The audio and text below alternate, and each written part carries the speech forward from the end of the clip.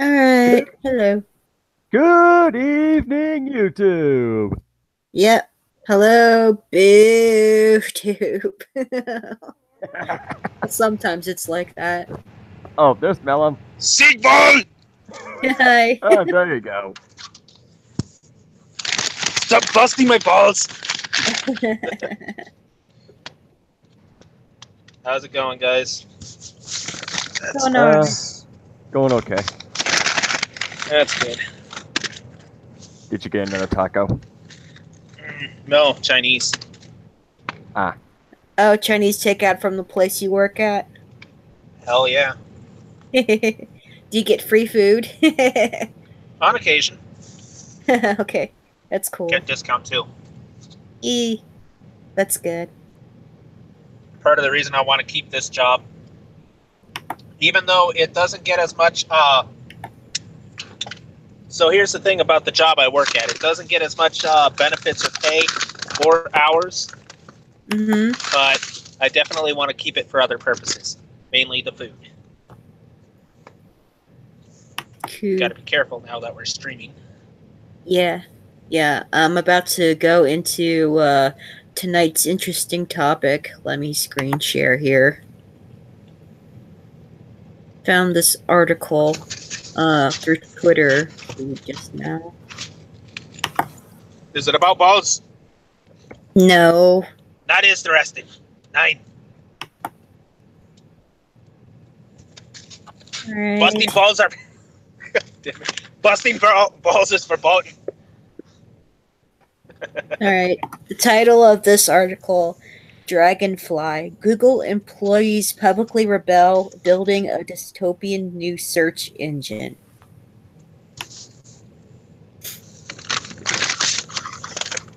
More than 1,000 Google staff, many journalists, and human rights organizations are calling on Google to halt its controversial project called Dragonfly. What is Project Dragonfly? Dragonfly is a search engine specifically built for China. It would unleash more censorship on a mass scale by selectively blocking certain search items, apparently at the behest of China's government. Human rights groups are blasting the company for aiding and abetting China's mass surveillance and rights violations, which could result in potential imprisonment. It turns out Google's employees had been unwittingly working on this project for a while until 2017 without knowing its intended purpose. News of the. Hmm? Ha! I'll wait till I'm done. Till you're done, though. Okay. News of this highly secret program finally leaked, and no one is letting it get swept under the rug. Thankfully, since the news leaked out, no amount of time has caused advocates and free speech lovers to forget this scandal. Those in the know are now using the hashtag #DropDragonfly. This tweet, for example, by Joe. The funny. Oh, yes. Sorry. Okay, before you go on to the tweet, here's the funny thing about this. Everybody bitches about the deep state and all this stuff. They're all in it. They're all in on it. And here you are with a major tech company. I mean, this has already been being called out for a while now. Mm-hmm. So yeah. I know Alex Jones is a meme, but he called it. Yeah. Anyway, I'm done. Okay, so by Joe West. Simon Petrikov just said hi, everyone. Let me see. Oh, hello, Simon. And I just provided a link to ASO's latest video so that people can look at it. Yeah, look at it whenever or later. So, the tweet here by Joe West by. Hey, Jaguar. Huh? Jaguar's here too. Oh, yay, Jaguar. Siegwald. Lovely mod. So, I'm just about to read this tweet on this article. Sundar Pichai seems to be keen on protecting Google users' privacy. So why does he want to give user data to Chinese authorities to help them arrest or imprison people? Hashtag drop Dragonfly. How would the Dragonfly search engine in China work? A search engine would censor terms like human rights and religion. Hundreds of Google employees have called this out as obvious freedom of speech violations. BBC reported in August the search app would blacklist sensitive queries, The Intercept says, identifying and filtering websites currently blocked by China's so-called Great Firewall. According to documents it had seen, a search via the app would result in a list of banned websites removed and a disclaimer saying that some results have been removed due to statutory requirements. It said the BBC News website and Wikipedia would be among those blocked. Employees of Google are horrified. We are Google employees and we join Amnesty International in calling on Google to cancel Project Dragonfly. Common Dreams reported that an open letter was drawn up, signed by 61 groups, including Amnesty International, the Electronic Freedom Foundation, and the Human Rights Watch, as well as 11 individuals that include NSA whistleblower Edward Snowden. The letter points to a series of reports from The Intercept that detail how the project would facilitate repressive state censorship, surveillance, and other violations affecting nearly 1 billion people in China.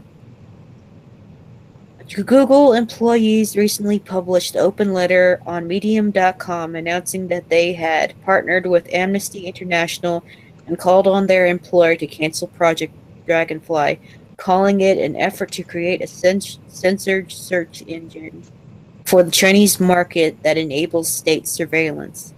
They wrote. No surprise there. Yeah. Considering Yeah, it's coming on. It's going to be on us. Well, starting with the BBC or British people first, Yeah. or EU if they survive the riots. Mm-hmm. Somebody never heard of VPNs. And currently, Switzerland is not part of the EU, which means that they probably dodge a bullet there. Good for Switzerland. Yeah, and that's a good thing.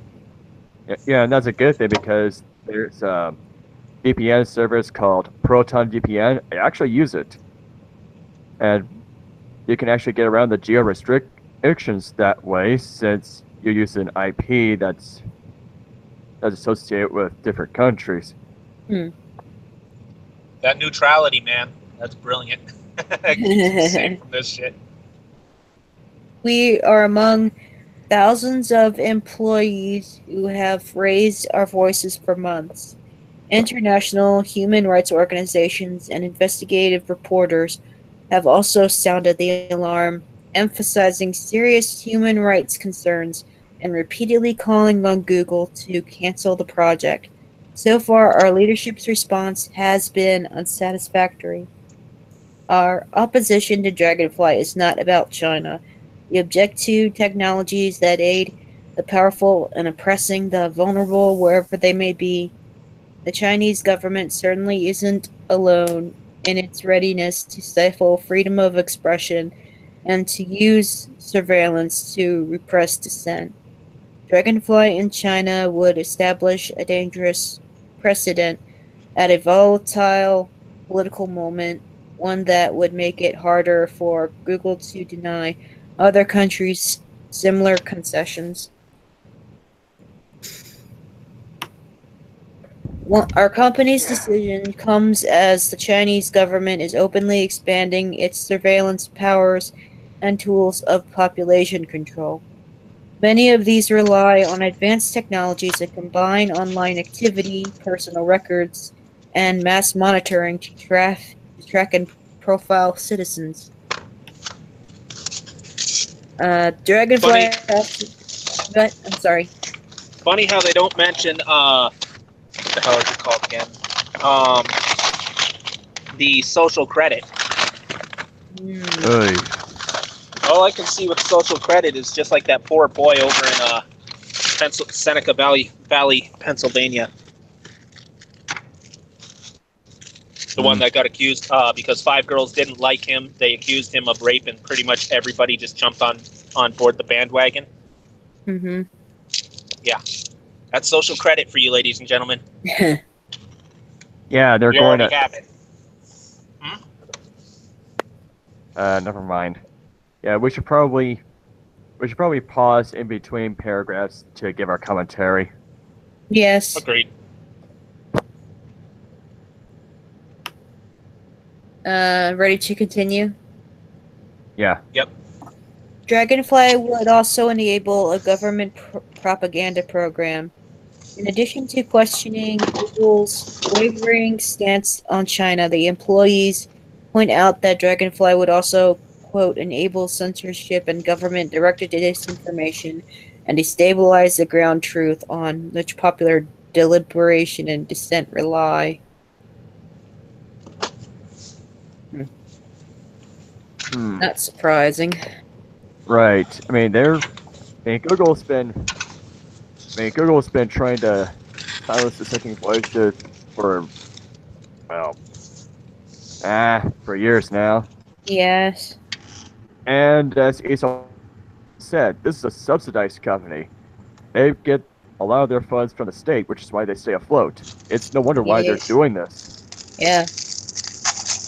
And normal business, it would just be out of business for being caught doing this. I know, right? Yeah. That's the beauty of anarcho-capitalism. Mm-hmm.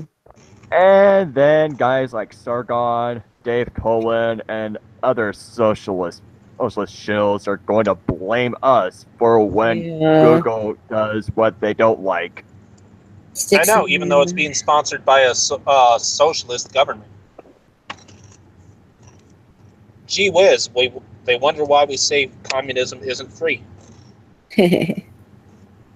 Socialism, the mouse trap, because the mouse doesn't know or understand why the cheese is free. Yep. Oh, my favorite thing. Not favorite thing. Speaking of Chinese stuff, since I'm eating Chinese food, here's my fortune cookie things. I just ate 2 fortune cookies. Finding exotic uses for what others ignore will make your special fortune. Ain't that the truth? This is the year when ingenuity stands high on the list, and we already know what's going to be happening there. Yeah. Yeah, this is part of why Filthy Heretic and Esoteric Entity are trying to get people to develop FreedomNet. Currently, it seems like the developers on it now are doing other projects. We're going to need more developers really soon. Yeah. Okay, so given the Chinese government, I already put that down. Oh wait, right here. Given the Chinese government's reported suppression of dissident voices, such controls would likely be used to silence marginalized people and favor information that promotes government interests, they added. This isn't the first time Google has attempted Project Dragonfly. Google dropped a previous attempt at Dragonfly in 2010 after employees voiced concerns. However, according to internal documents and inside sources, Dragonfly was back up in spring 2017 and allegedly sped up in December after Google CEO Sundar Pichai met a Chinese government official. What's wrong with the phone? What? I think we had an accidental face reveal. Oh, I didn't see it. Oh, goddamn.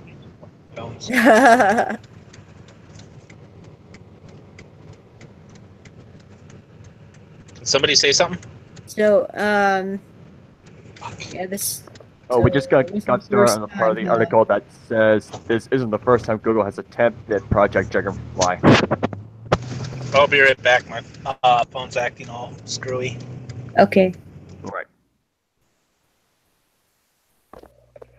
Yeah, I mean, given China's history, you think? Mm-hmm. I mean, this isn't the first time they've tried to silence marginalized people. I mean, come on. If you read Voice of the Martyrs, you get to hear about that from the Christian's perspective. I mean, from the church's perspective. I mean, the ironic thing is, despite all the suppression and censorship, Christianity is still growing. Mm-hmm. You think Streisand effect has something to do with that? And hasn't China been heavily communist ever since Mao?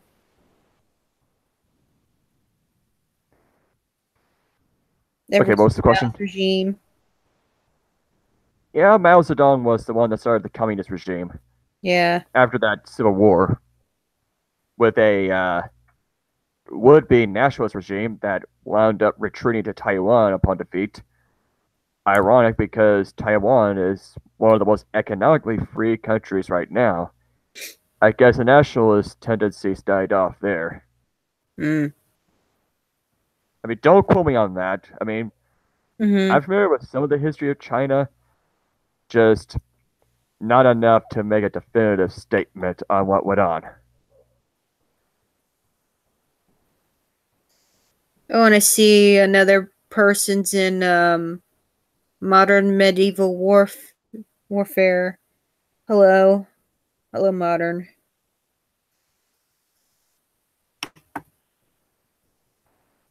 I need to click on I'll present to everyone. I forgot to do that. Whoops. Send what to everyone? Yeah, I forgot to press the present to everyone button. Oops.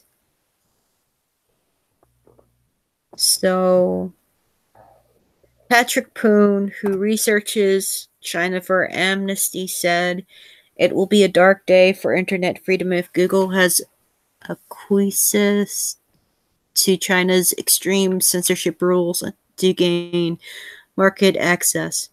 And putting profits before human rights, Google would be setting a chilling precedent and handing the Chinese government a victory.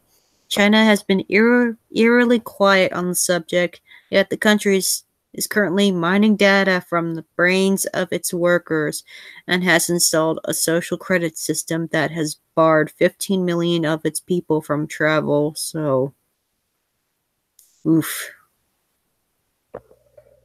What? Mining data from the brains of its workers? What are they referring to? Maybe that link will tell us.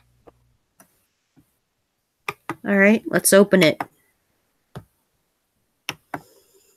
China is data mining directly from the brains of workers.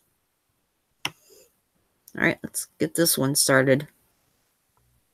I'll do it. Okay. Alright, this one's written by Meadow Clark. China is deploying emotional surveillance technology that... Whoops. Come on, hey. Okay. Alright. China is deploying emotional surveillance technology that mines data for the minds of its citizens. Essentially, they're data mining by reading their brains. Reading their brains? How are they doing that? Are they using some sort of... What? How? Okay, I better read to see. The lightweight sensory helmets have been rolled out on an industrial scale. So that's what they're using.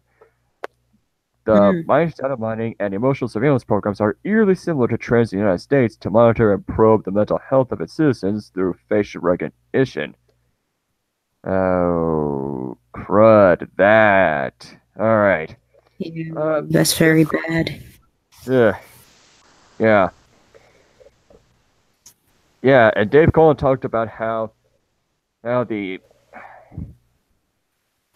Cullen talked about how there's already technology to imitate and to make 3D digital figures that are pretty darn close to looking like the real deal, or even sounding like it. Just to use their just to more efficiently conduct their propaganda machine, which anyway. This past spring, Facebook, yeah, no surprise. Facebook has been, yeah, no surprise. Zuckerberg has been obsessed with getting China involved in his business model. Landed in hot water over a data leak, which felt like a major privacy violation to millions of its users. You think? Look how Facebook has been running since forever. Yeah. It's a major tool for the CIA, Facebook. Yeah, I mean, how do you think they're able to get the ads to you? Yeah. They use what you put out on your profile to get a picture of what you're like. I mean, that's part of why I don't even have a Facebook anymore. The only reason I would even obtain a Facebook nowadays is if I need to use one for Udemy to actually to interact with people and to learn a skill. That's it. That's all I'm going to use it for, if anything. Anyway, but China was taking data mining to the next level. Oh crud, what are they up to now? Around the same time, however, China quietly reported that its government is openly phishing data from workers' minds, making a Facebook leak pale in comparison. Like, how? Ooh, how? Yes. South Morning China Post describes a typical production line at Hangzhou Zhongheng Electric and reports the workers wear caps to monitor their brain waves. Data that manager then uses to adjust the pace of production and redesign workflows, according to the company. Oh, snap! They could with that kind of technology, they can almost read people's thoughts. Almost. The company said it could increase the overall efficiency of the workers by manipulating the frequency and length of break times to reduce mental stress. Okay, what? Okay, I need to reread that. The company said it could increase the overall efficiency of the workers by manipulating the frequency and length of break times to reduce mental stress.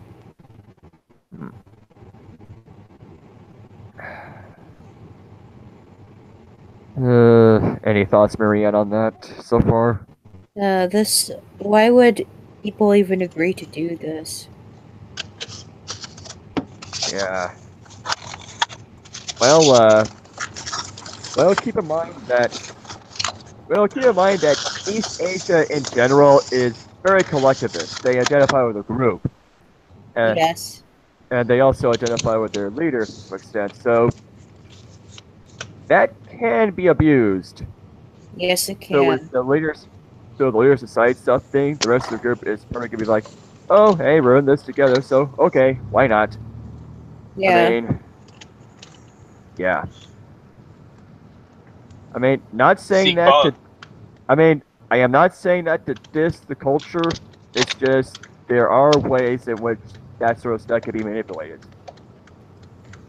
Yeah.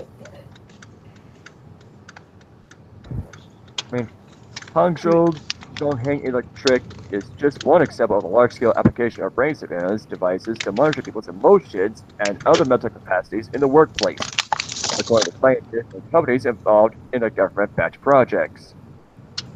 How many more of these are there? What? Mally, have any thoughts on this?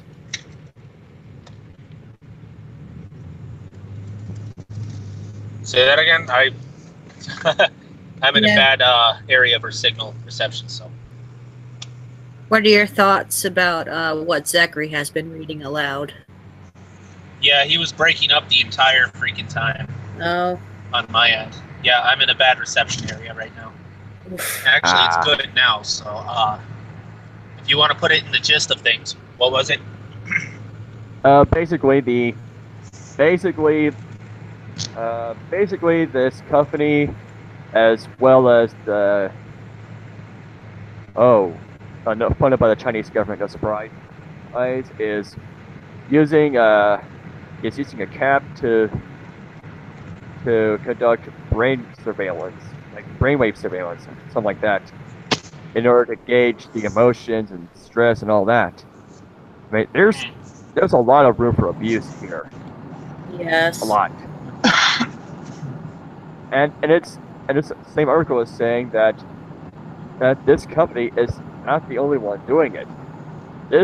Yeah, I remember hearing about stuff like that. That's something that I think is probably more important now than ever to try and get rid of the state. Because they are looking into this, and once they get stuff like that going, there's no way out. Yeah, you're part of the Borg, and you can't really get out when that happens. Yeah, you know how bad they tend to screw things up. So. Yeah, it'll be Fahrenheit 451 in real life. Yeah. The wireless sensors are concealed under a normal uniform hat and constantly monitor brain waves while sending the data back into main computers that use AI algorithms to detect any unpleasant emotional spikes such as depression, anxiety, or rage. Okay, Okay, they don't even... Yeah. They focus on the unpleasant emotional stuff. I wonder why. If they're trying to detect all that, one has to wonder how they're going to try to do say false sense of joy. Anyone else sensing a Minority Report vibe? Say that again? Anyone sensing a Minority Report vibe? Yeah. What do you mean by that? Yeah, have you ever seen that movie or the TV series called Minority Report, in which involved people using technology to using like these like these special psychic people. Crack babies, essentially. Yeah. Crack babies with psychic powers. Yeah. Yeah, and they would use these prodigal psychics to be used to look for any people that may do a crime in the future, and they'd send these agents out to catch the suspects before they commit the crimes. Not only that, in the movie they found out how to get around it by engineering people, by taking people that are desperate for something, and putting them into a situation where they will kill somebody, and then basically killing the person right afterwards. So it ends up becoming an echo for the crack babies. So in other words, they manufacture the crime and then have someone take the fall. By the way, the Dark Conservatarian is here. He said, "Hi guys, I'm making beef chili for dinner right now." Oh, cool. Yeah, we're reading on this very interesting article about China dynamiting directly from the brains of their workers by using these wired helmets to read the emotions, especially the unpleasant ones such as depression, anxiety, or rage. And I was thinking about that movie Minority Report right now as we were just going over this paragraph. Yeah. Should we? I'd like to see the island again. Melon. Okay. Should we send the Dark Conservatarian an invite so that he can give his 2 cents?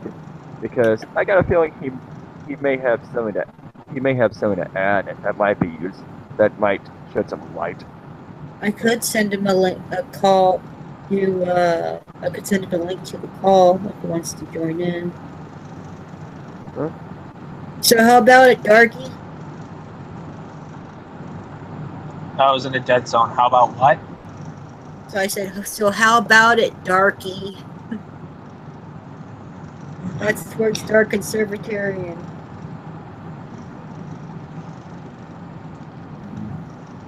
He might be busy with making his food right now. Yeah. I guess we'll have to wait. I don't know. I'll send a call to him anyway in case he does want to join. So. Here's the frickin'.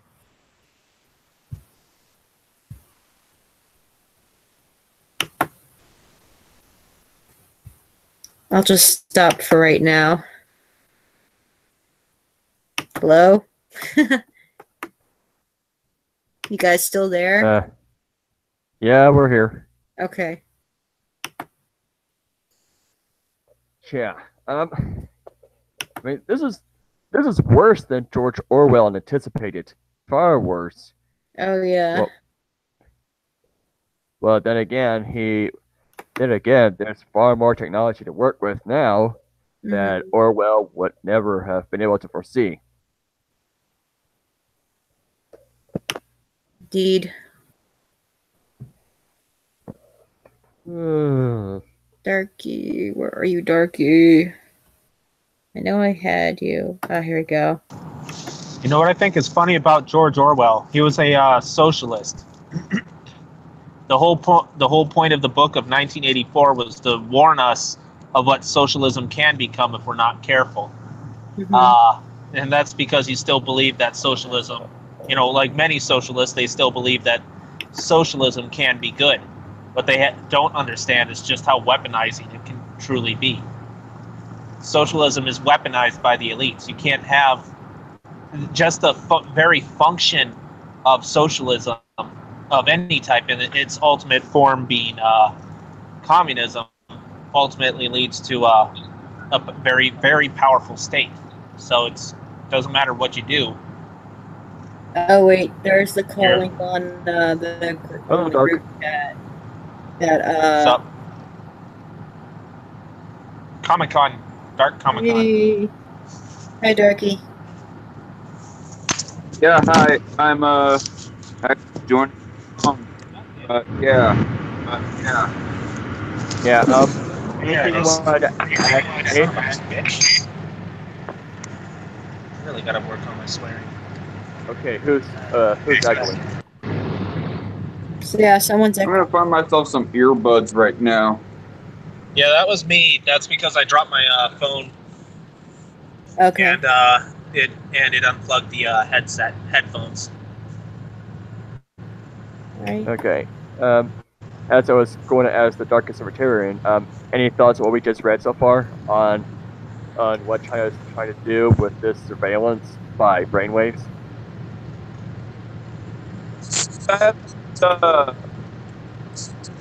This whole time, right before I was offered up the call via my phone. But what it sounds like on the surface, it sounds like third level NSA type shit. Yeah.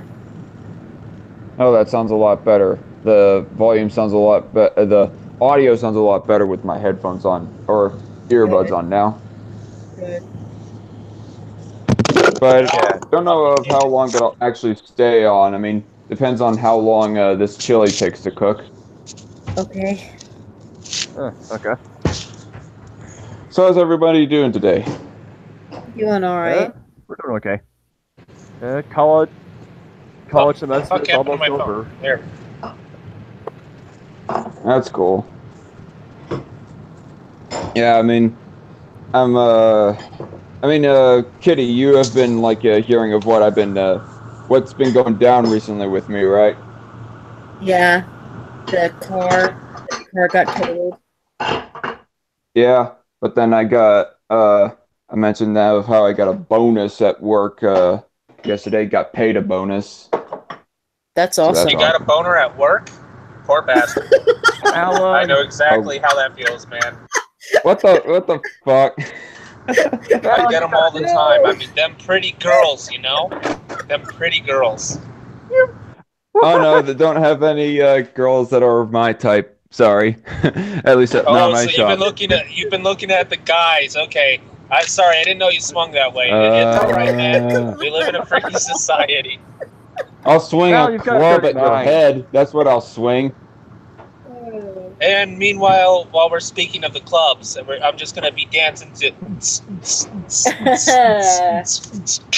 Stop, please. Knock it off. That was terrible. Yeah, so, Terribly cringy. yeah, so Darky, you got a bonus from work? Yes, I got paid a bonus. It was for a welding job. I don't know if I specified that part. But I honestly find welding pretty fun.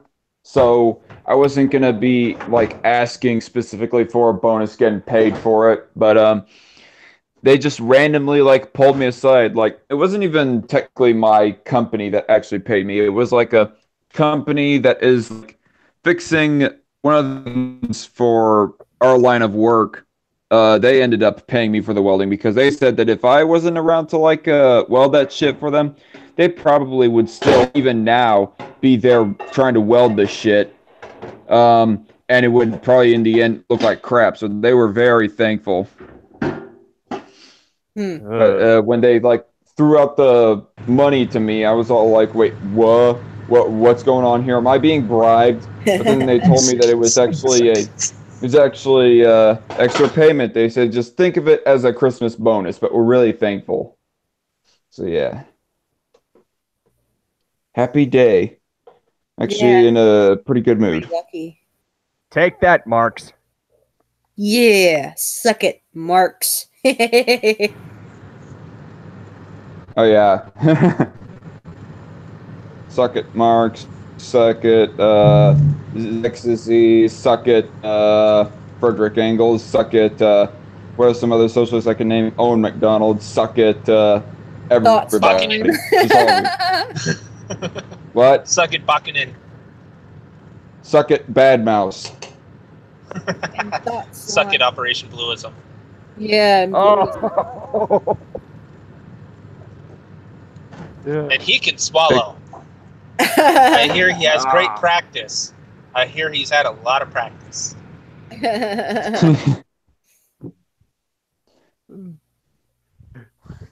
Yeah. So what else was you guys talking about on this program? Well, we haven't finished covering this article. I think Singing balls. We started I think on we may have, called Project Dragonfly, which is like a dystopian new search engine for the Chinese government. And basically, basically, Dragonfly is a program that Google was working with China on to pretty much block searches for some of the more controversial stuff like religion and whatnot, and also that's the basic idea.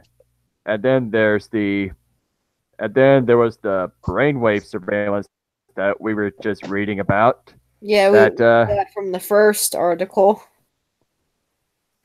Mm-hmm. The Dragonfly. It sounds like some kind of action sci-fi movie. Sci-fi action movie. I know, right? And for a second there, I actually thought of Firefly when you said Dragonfly. I was like, wait, what? Dragonfly? Oh, no. You said Dragonfly, not Firefly. But yeah. Hey, there was this movie called the Superhero Movie, in which there was this guy who's like a ripoff of Spider-Man, but Dragonfly Man. Oh, yeah. I've heard of it and seen the trailers for it, but I've never bothered watching it. That's funny. There's supposed to be a rip on how bad superhero films are before they got good. Yeah. Yeah, they did start off pretty cheesy. Yeah. I thought I heard somebody say meh to what I said. So I'm hilarious and a superhero. What? What was that, Mel? So yeah, and his favorite thing is when Dragon gets that the school for people with special powers. When he gets the first invitation, and the thing is just so corrupted that it's like 2 girls, 1 cup,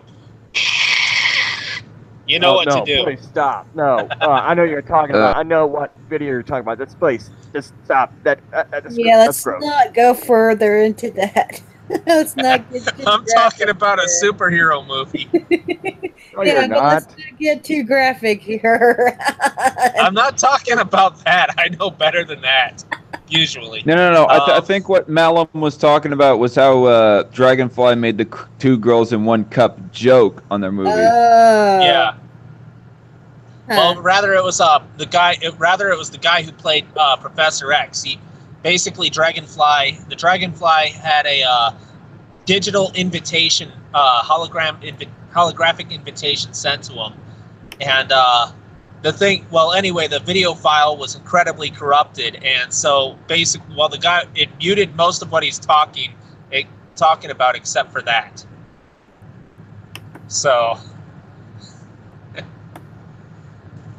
Seriously, I figured you would have remembered that. Oh, remember Stephen Hawkins? Oh yeah, he was an astrophysicist, wasn't he? Yeah. Yeah, I have his book on History of Time. I just love how they had him basically hitting on every girl in there. Whoa, mama. It's just fuck. Okay, Dragonfly cannot fly. Okay, can you use your other hand from one here, please? Are you driving in the car or something? Yeah.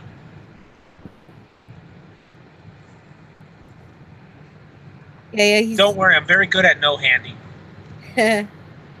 Oh boy. He's like been on call in the car. It's like he practically lives in the car. I know, right? Yeah. When I was working 2 jobs, I got used to sleeping in the car. I mean, I was homeless before, so it's yeah. Anyway, so I got used to I got a question for you, Kitty. Okay.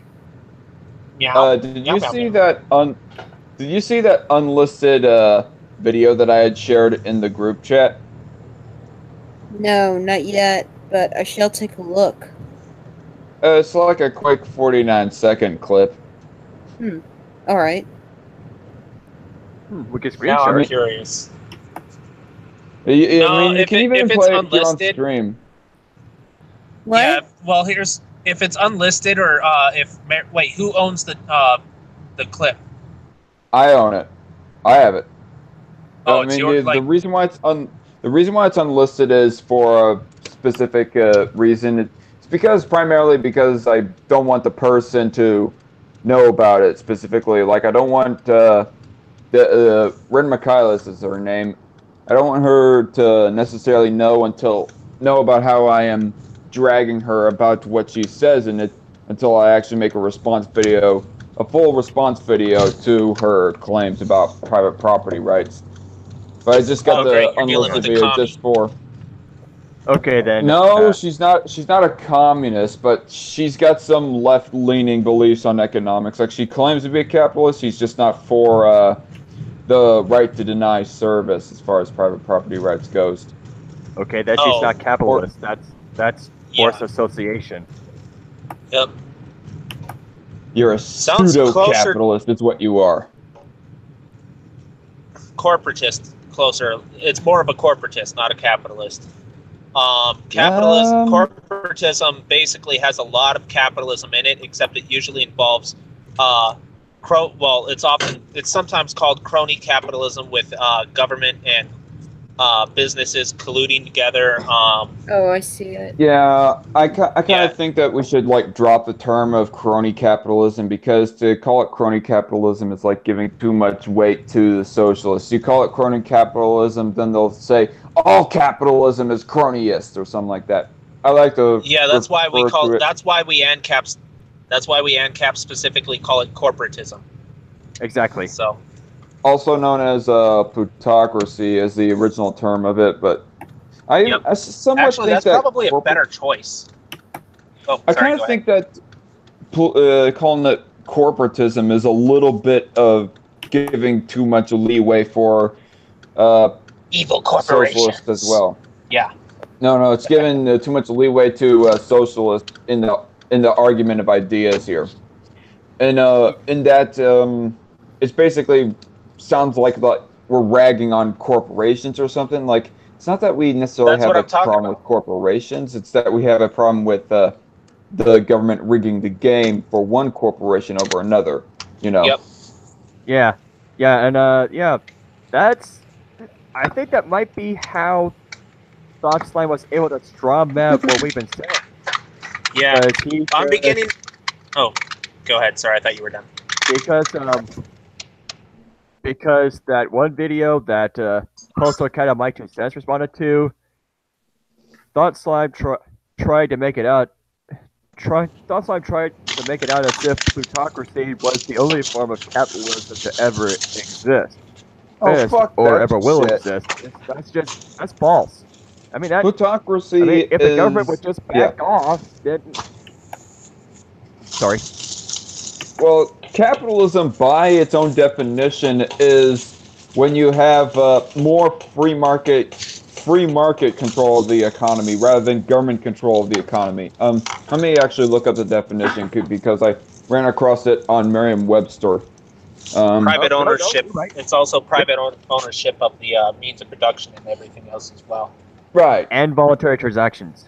Everything is voluntary. I think the best dictionary definition you can find is the Business Dictionary definition of capitalism. It's pretty good. Okay. All right. An definition of capitalism from Merriam-Webster: an economic system characterized by private or corporate ownership of capital goods, by investments that are determined by. Get the fuck out of here! I don't want no survey. What the heck? What the heck? Am I being scammed here? Can you guys still hear me? Yes. For some reason, my phone wants to be a whore with me. Hi, Nate. What up? Tell your phone I'm lonely. Send it my way. What'd I miss?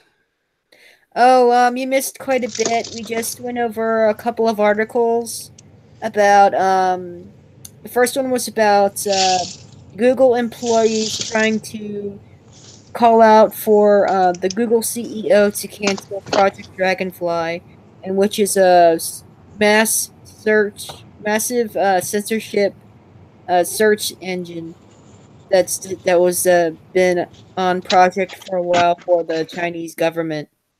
I've seen partway through we clicked on a link talking about surveillance that a Chinese company has been using to monitor their workers, and that same company is subsidized by the Chinese government. So yeah, no surprise. I was gonna say. Let Nate speak. So yeah, go ahead. I was gonna say I've seen a couple of videos from Millie Weaver where she showed a video of Alex Jones confronting the CEO of Google about this. Who? He said that Alex Jones confronted the CEO of Google about that sort of thing. I told you Alex Jones called it. along with Operation Dragonfly, he got the videos are still up on YouTube, so get them while you can. The internet never forgets. Absolutely. Oh, and since we're on that about the CEO of Google, Atlas and my friend Atlas Ancap showed this picture of like a screenshot of a Mark Dice video, and there's like the Google CEO guy, and somewhere behind him is what looks like the Monopoly guy from the board game Monopoly. Wow. Yeah. So, could I like read the definition of capitalism like I was trying to? Go ahead. Yeah. Go ahead. Yeah. Merriam-Webster, if no ads will pop up, an economic system characterized by private or corporate ownership of capital goods, by investments that are determined by private decision, and by prices, production, and the distribution of goods that are determined mainly by competition in a free market, by private decision, not by government decision. So all those people that say that the 2008 economic crash of the United States was because of capitalism and can go fuck themselves royally. Yep. Yeah. Oh, the Ancapistani asks, "What's up?"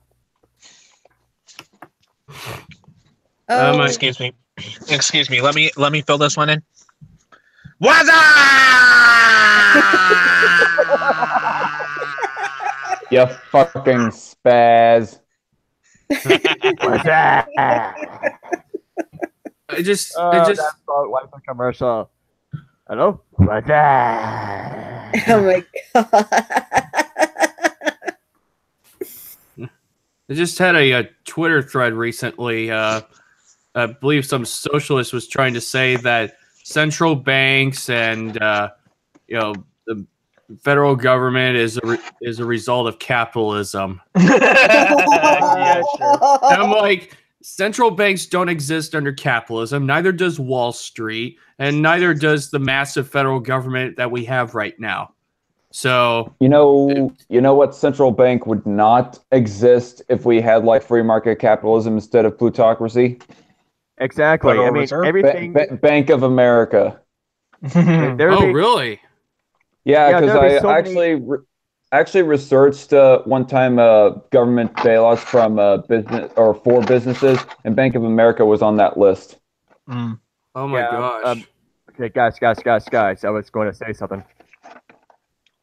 Okay. All right. Sigbol? Not that. I was going to say that in addition to there being no central banks, I mean, by a free market's very nature, there can be no central business that controls the market. I mean, not for long anyway. If it even happens, I mean, you've got many factors here. You've got.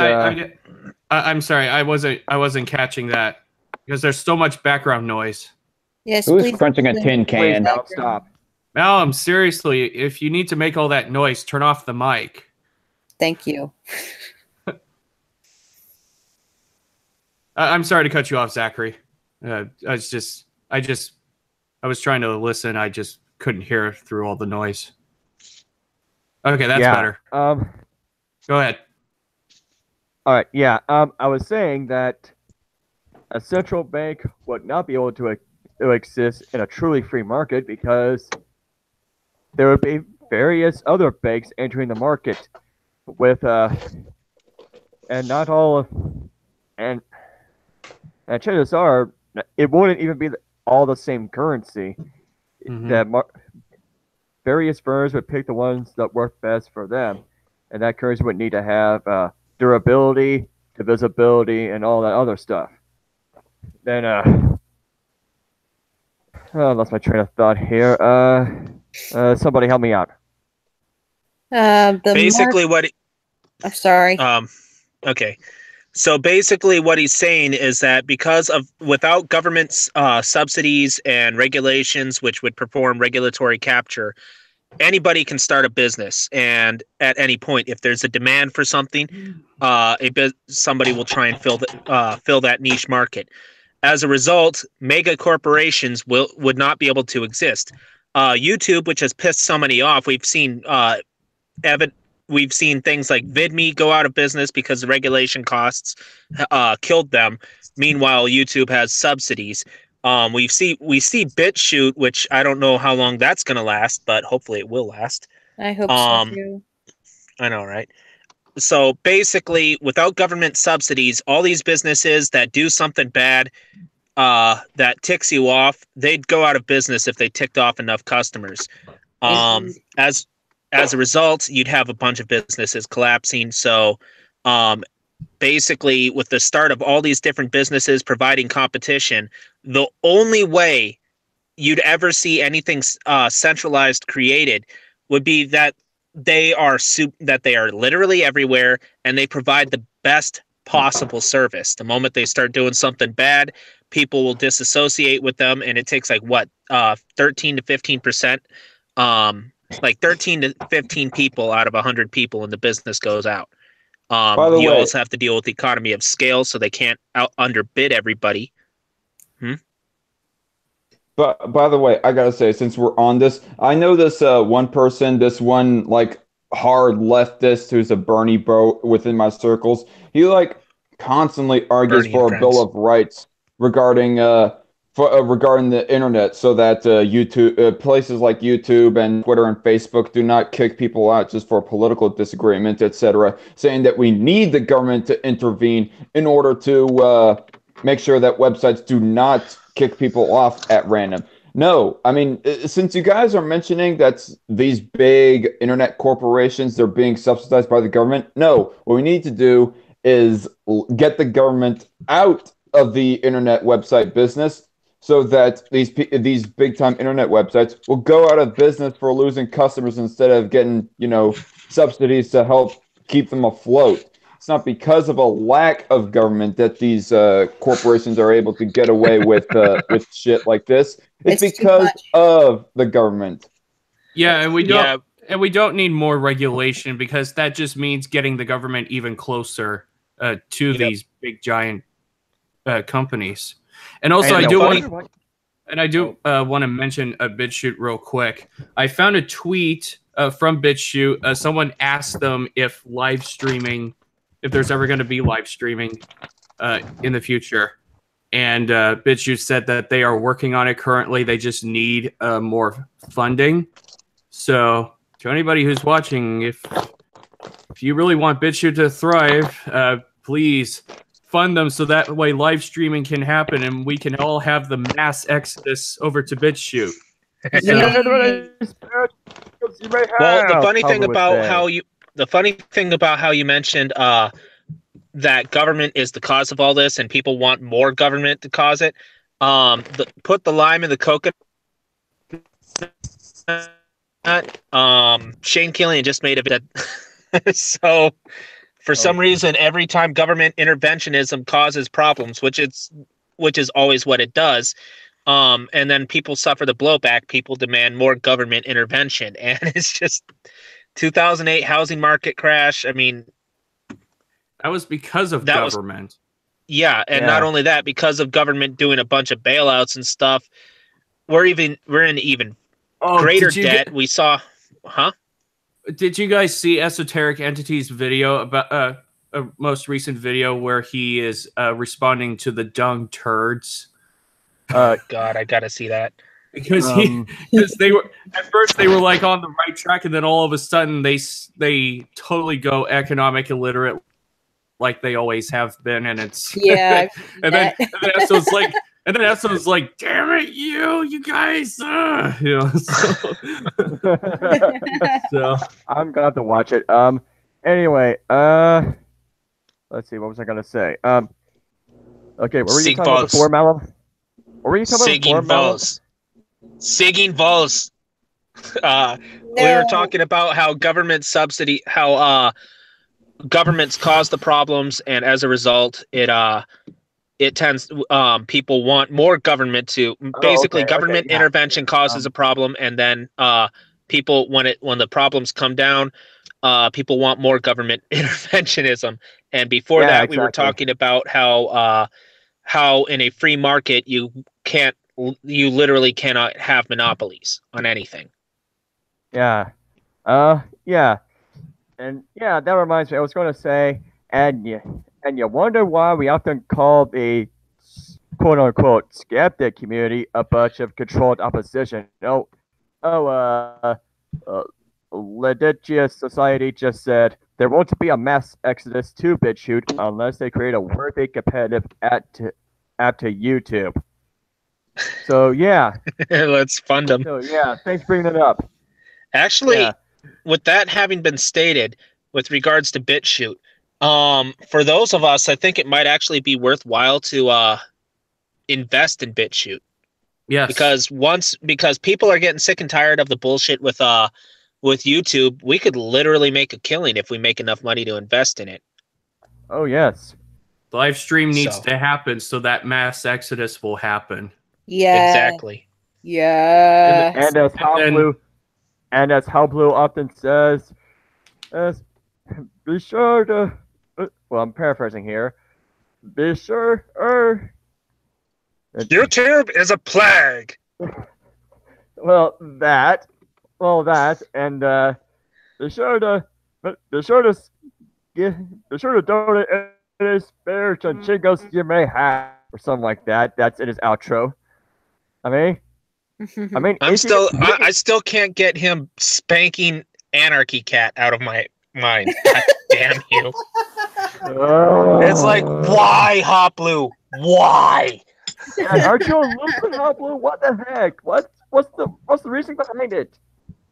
Hey guys, I'm trying to research some articles talking about government subsidies given to Google, and I just ran across this one website called Mike.com, and in it there's a paragraph saying fascism should rightly be called corporatism because it is the merger of state and corporate power, according to Benito Mussolini, and that guy was a fascist. So the original fascist admits that plutocracy is fascism.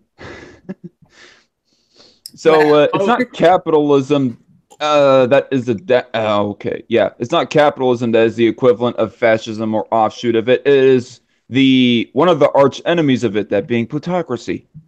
And here's the irony. I want to mention an irony here. So the official definition of the U.S. economic system is fascistic corporatism. Just putting it out there. Yeah, literally speaking, the type of economy we have is literally called fascistic corporatism. We're not a free market. We never really were.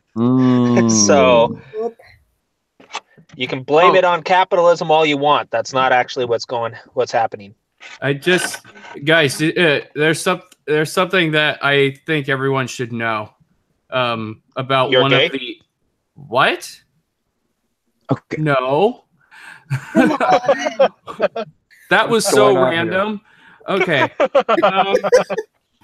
So Get your mind out of the gutter, Malum. Sheesh. So back to regular reality here. One of the founders of Google happens to be the former brother-in-law of the CEO of YouTube. Coincidence? Oh. Coincidence? I think not. Yes. And this founder of Google was born in the Soviet Union. Oh. Yes. So. By the way, speaking of Google. Speaking of Google, guys, you would think that guy would have learned from his experience in the Soviet Union, but no. Apparently not. Apparently not. Anyway, Dark Comic-Con, what were you saying? Yeah. Dark Comic-Con. I love all these nicknames that are being given. Well, anyway, You should have been here for Atomic nicknames for us. What? You should have been here when Atomic gave us nicknames. Atomic Ancap? I'm teacher's pet. Yeah. Okay. I was cross-eye. Because of the icon. So anyway, speaking of Google, scrolling down this article, a paragraph says, besides Intel, Google is the top tech company that receives government subsidies, picking up more than $630 million from states like Oregon, North Carolina, and a few others. What does a multi-billion-dollar company that controls the majority of the world's internet need with more than $630 million in government subsidies, you ask? Well, for things like property taxes and training reimbursements, what do you all think that money just grows on trees? Also, don't even think about Googling Google government subsidies because they will know about it. Is California among the one of those states? I'm not so sure. It just says Oregon, North Carolina, and a few others, quote unquote. To be honest, I wouldn't be surprised, including and New York and Massachusetts. I mean, I'm stuck here in the People's Republic of California, so You poor bastard. and there's and most of these tech companies are actually here. Google, Amazon, the list continues. YouTube as well. So it's I have to run away from this place eventually. Don't go to Texas or Utah. I hear that they're it's spreading there. People are leaving California. Cuntland. People are leaving Cuntland in droves to other places where the economy is more stable. Unfortunately, that includes a lot of people that are going to be demanding. Well, yeah, they're going to go there and vote for the more same from the state as well. They're going to vote for the same stuff over there. And then they're just going to drag it down. And then I really think the best thing we ANCAPs could probably do is move to California in droves once these people are gone, and then vote to get the hell out, or vote California out of the union. Wouldn't that mean that we'd have the Feds declaring war? Well, wait, what? I don't think the Feds are going to let that go that easily. Though I am for actually splitting up California. There was a proposal to split it up into like 3 states. Yeah, a northern, a southern, and a central. The central one would be the where all the Democrats are and where they're making all the laws for California. Yeah. What's funny is that you look at the map of California, in every election I am seeing it mostly red, not blue. And somehow we always end up with the bad guys, like Gavin Newsom, or Barbara Boxer, or Dianne Feinstein. She's even worse. Arnold Schwarzenegger. The Governator. Get your hand out of the cookie jar. He was another leftist. Seek balls. He got support from some Democratic celebrities, believe it or not, like Steven Spielberg. Not surprised. Not surprised. Like a great deal of Hollywood is supported by Democrats. And you know the funny thing is, Stalin himself was jealous of the United States regarding Hollywood and Broadway. No kidding. He said he wanted that. I think he got it. He might be dead, but his spirit got it. Oh boy. Yeah, the spirit of Stalin lives on. It's like a fantasy epic movie like Lord of the Rings. Yeah. Except it's cornier.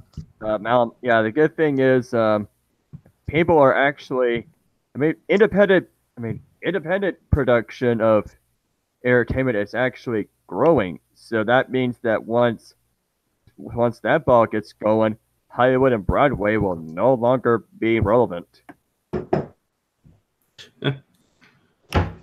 Hopefully.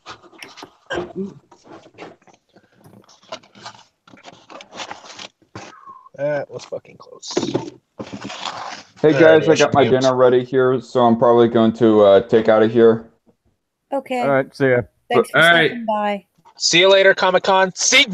Hope you can make it to my stream. To your stream? Well, when is it exactly? The 5th.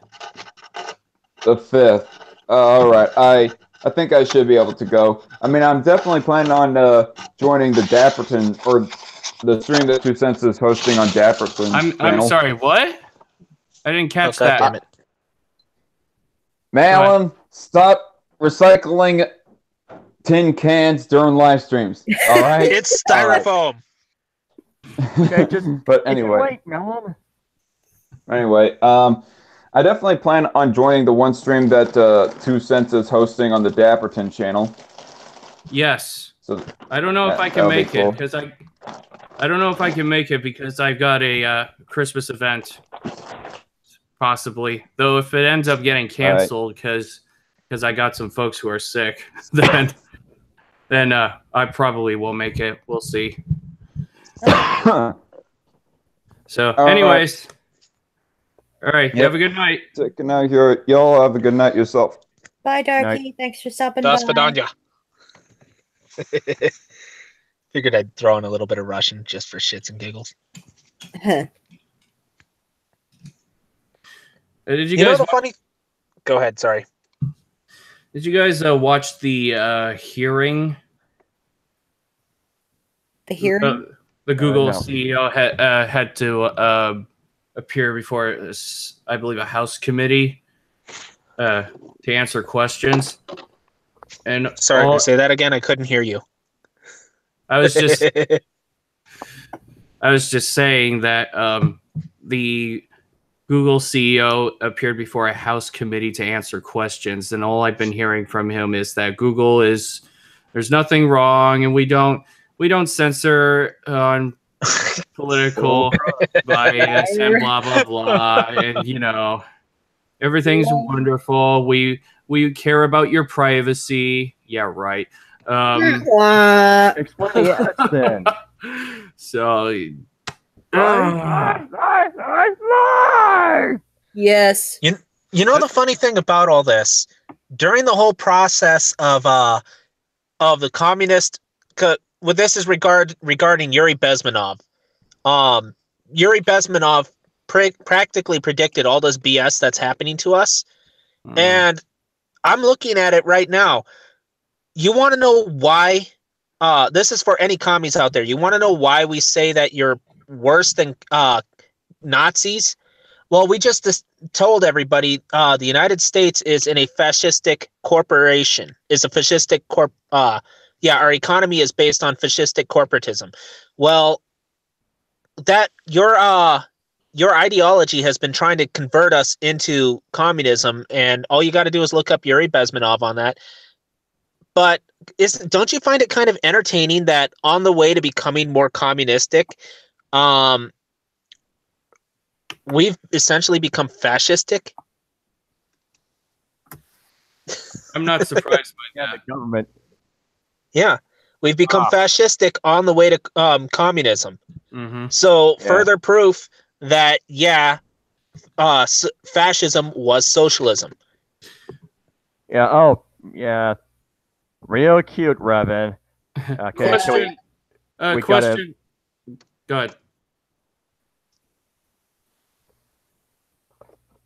Anybody? I'm sorry. I was. No. Okay. Oh, Question. Okay, go ahead. My God. Oh my gosh.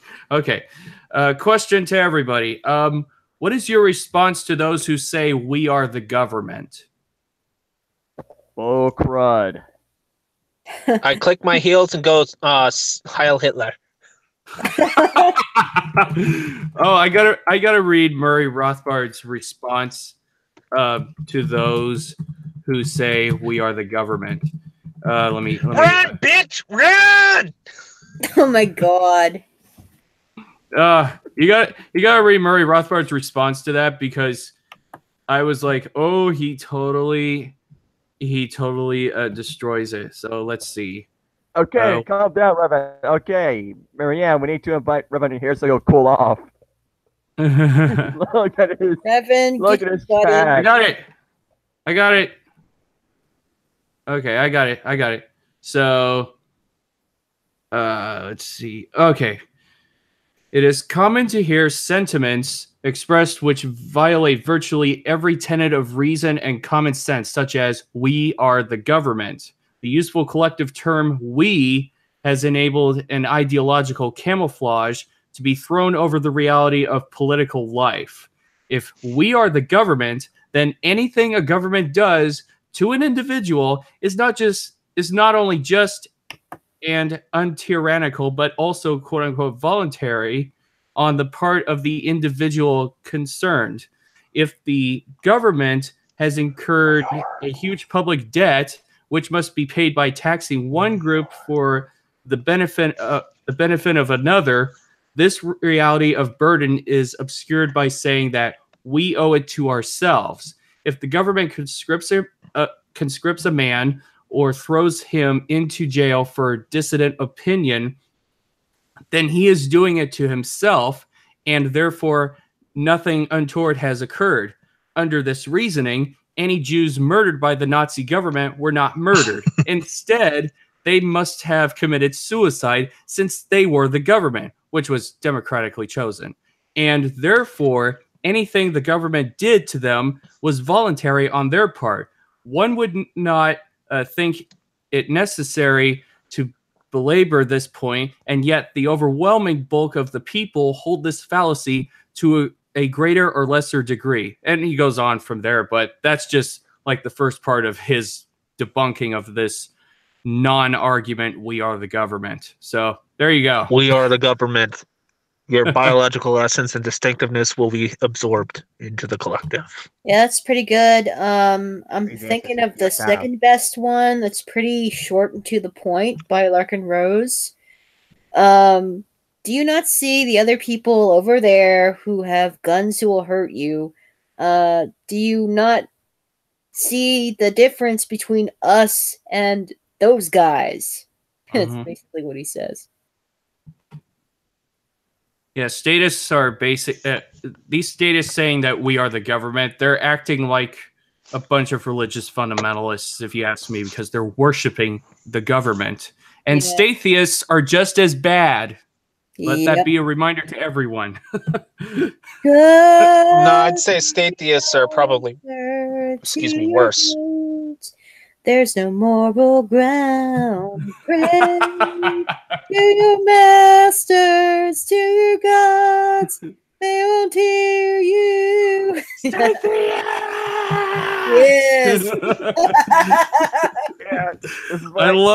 I love all the scenes he's showing us stateists, you know, he's got a picture of FDR and he's on his knees worshiping him like he's worshiping an idol or something, and then he goes to sleep.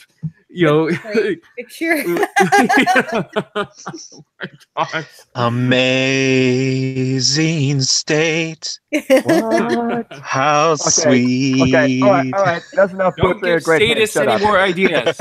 Don't give them any more ideas. Ew. How sweet on ground. No. Into dust I'll become. I'm not listening to this. Our fingers and ears just go la la la la la la.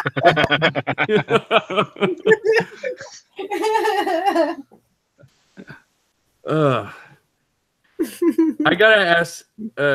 Or actually, you know what? I'm gonna save all my as much stuff as I can for my third live stream because I'm trying to make sure I've got a show going.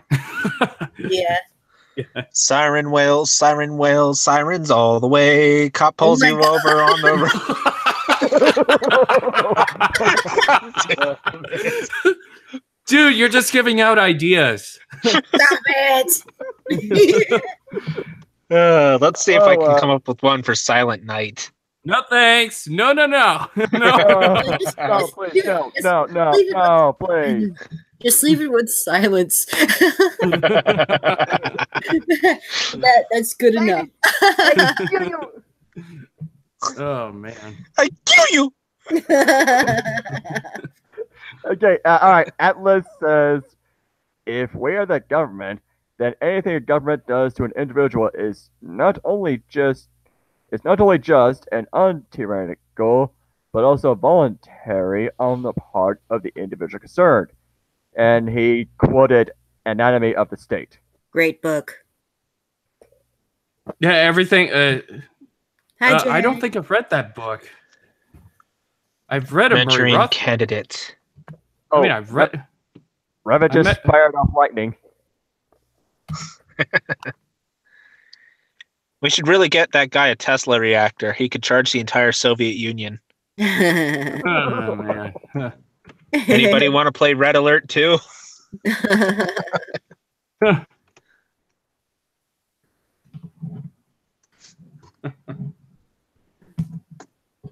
Okay, Jay the Magic Robot asks, did you get the fluid dynamics thing? Um, Not sure what he's referring to there. yeah, what are you referring to exactly? I'm not sure what you mean.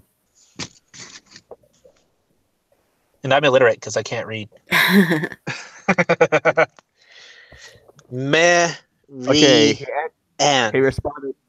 Okay, he responded with, "It's a rough book.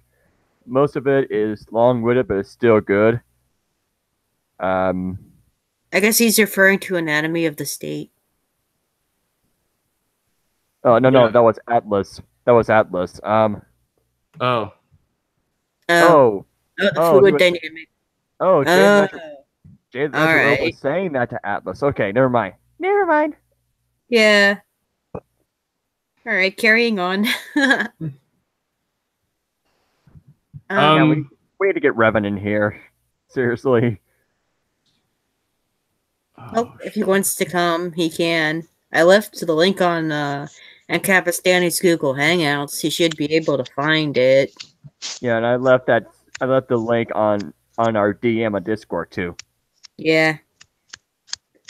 So I was thinking, like, a way ahead of time for like a Christmas special, we could do like statist versions of Christmas carols or a statist version of The Night Before Christmas or something like that. There's actually a status version of Baby It's Cold Outside out there now. No. I'll have to look that up later. No, please no. I'll have to look that up. Yeah. That song is talking about consent. You know, feminists always like to talk about consent. But I don't think they even know what it is. I mean, yeah, come Hark, on. hear the law, sweet silver laws. I mean, come on. Yeah. Come on, feminists. That song. The reason the song is written that way is because the roads were not always clear in the winter. There was not always a snow plow. Meaning, if there was a whole bunch of snow, you're pretty much stuck in the house with nothing to do. So yeah, learn a little context, please. Oh, here we go. I found it. This it's a parody. It's from the Holderness Family. And they changed the title to Baby Just Go Outside. Shit. But it's cold outside. Just go outside. I'm gonna have to check that out later. I did start writing the lyrics to a new statist version of A Christmas Carol, something like the original song is "I Saw Mommy Kissing Santa Claus." Oh no. I hate that song. That's terrible. No, I'm gonna love the new version, I'm sure. I'm gonna send you the link. It's actually based on a true propaganda story that I heard on at FAUX News. That's all I'm going to say about it right now. There's nothing sacred to these people.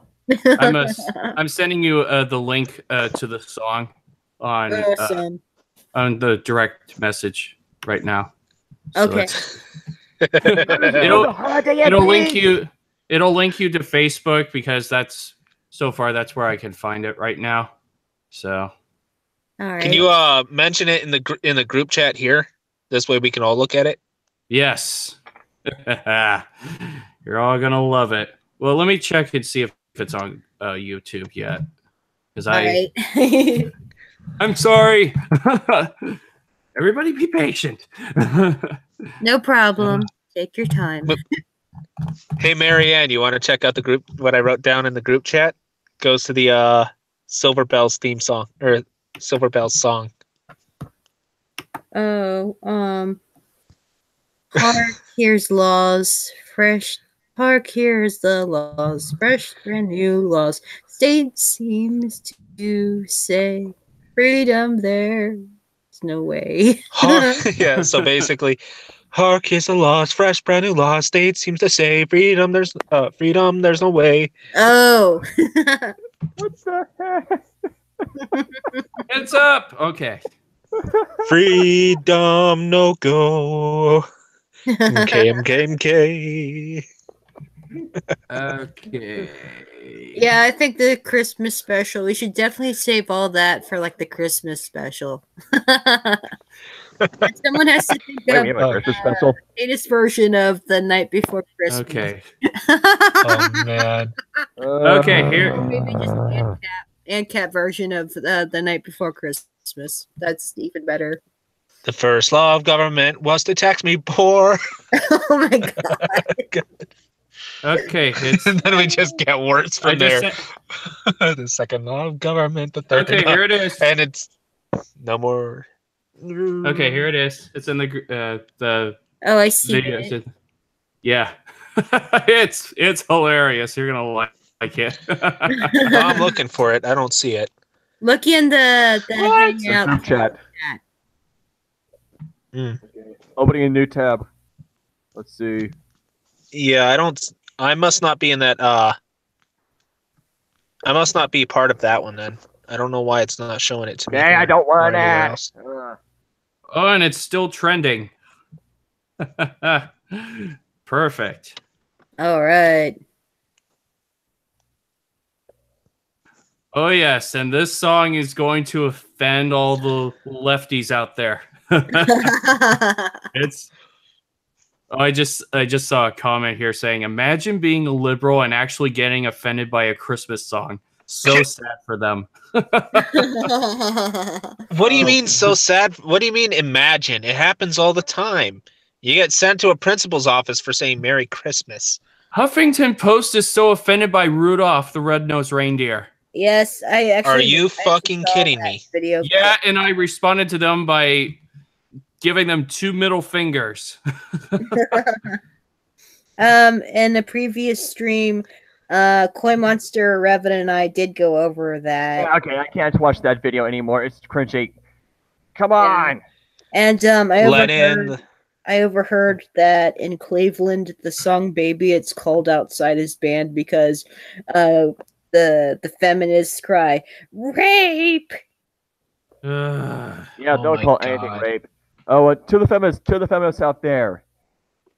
That song is not about rape. Back when that song was first sung, They don't there know. was not always. Nate, let me finish. Go ahead. Back when that song was first written and sung, there was not always a snow plow. Which meant that if there was heavy snow that day, chances are you had no choice but to stay inside or get stuck in the snow and freeze to death. And Attention, Black Lives Matter. I have a song I'd like to sing for you. I'm dreaming of a white Christmas. I'm not finished. Come on, let me finish. Come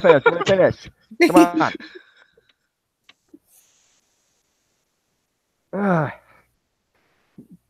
And come on.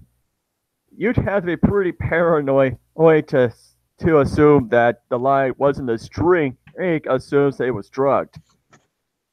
It could. There's not even. At the time. How do I even explain this? Offer the feminists. There are multiple ways to interpret that. And in this case, the lady in the song was likely meant it as a compliment, asking what the ingredients were that made it taste great.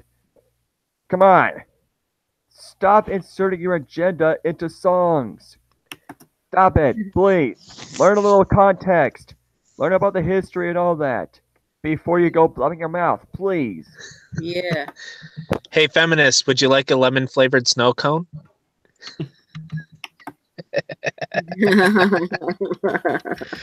It's lemon! Pretty much. Monsters Inc. in forever. Pretty much. Feminists pretty much everything consider everything to be rape at this point. Patriarchy. Everything is sexist. Everything is. Yeah. Everything is sexist. Everything's offensive, according to me. Oh yeah, the volunteers consumers old theme. Yeah, originally sung by Chris Ray Gun.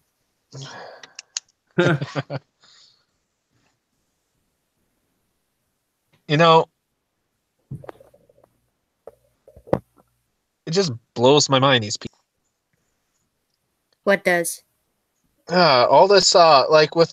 I mean, I understand all this bullshit is part of cultural Marxism, but like these idiots don't understand that this same crap is going to be used to put the jackboots on their necks. They think, oh yeah, I'm so ahead of everybody by taking away their freedom. No, you're not. You're just enabling the same people that are doing this to us to do it onto you. There's a reason why why Vladimir Lenin called you useful idiots. Yeah. I mean, they don't realize that. I mean, basically, they just want freedom for themselves, but they don't realize that, when you take someone else's freedom away, they're having their freedom taken away. Yeah, when you take from somebody else, it's called privilege. When everybody has it, as in it's a negative right, it's called freedom. There's a big difference between privilege and freedom. Right now, and this was even beforehand, the courts have always been in the women's favor. It still is. In fact, now because of cultural Marxism, I'm probably never going to let this die down because this happened to not 5-year-old boy. This happened to a kid in school because 5 girls didn't like him. And seriously, you talked about that. Yeah. And not only that, they did it to college kids. They've done it to high schoolers, middle schoolers. I was afraid I'm 30 years old, and I was afraid in middle school onwards to talk to women because of because of all the lawsuits and allegations and crap that was going on regarding that sexual harassment. And women and now I'm hearing a bunch of women whining and bitching because they can't find guys. Gee, I wonder why. Yeah, because they don't want to date a woman who's going to accuse you of rape or when you haven't done it, and guys don't want to be around women who are just going to call them sexist when they're not being sexist. Well, that's the thing. It's not even not being around. Like, just because they don't like you don't have to have anything to do with them. 5 girls targeted 1 kid just because they didn't like him. He didn't even have anything to do with them. They just did that. That's how far it's gotten. They're cute. This is why the United States, when it was founded, was believed in innocence until proven guilty. So this isn't guilty until you're proven innocent. That's not how it works. Well, that's the problem. These allegations destroy lives. They act like, oh yeah, this does nothing. This is worse than defamation. This kid got arrested multiple times, and you know what the school did? Even when it was proven false, the school protected the girls. They didn't protect the boy from the girls. In fact, after the first case was proven false, they allowed the girls to continue. Oh my God. Yeah, this is happening all the time. You know what's funny? This is why we have that faggy ass group of incels called MGTOW, because a bunch of us are too afraid to go near women. You know what's funny is that they like to say that there's this thing called male privilege or white male privilege. Bullshit. Yeah, and this just goes to show that there's a bunch of feminist privilege going on. They're literally getting away with complete murder right there. And not only that, because it's white male privilege. Guys, I was going to mention for the 4th time already, Jay the Magic Robot said it's attention-seeking behavior with a negative reinforcement. And he also he's also saying to you, Malum, CR/K selection theory. And he also CR/K? No idea. Oh, what is that? Do you guys? Oh, wait a minute. They're probably talking about something else. Okay, maybe. What? Oh, I just remembered something. You guys remember the humongous incident? Yes. Yeah. Oh my gosh. Venture not. Yeah, humongous what? Humongous what? Yeah, you know what's God, is that sexual harassment? yeah, he was looking at her like, that's it, bitch. It's humongous. And then she flips out and she's like, that's sexual harassment, blah, blah, blah, blah, blah. She's trying to start a riot, but luckily security was there and the police eventually arrived. I mean, she was committing a crime called disorderly conduct. I mean, she's at like a city council hall. Oh, I saw that. Yeah.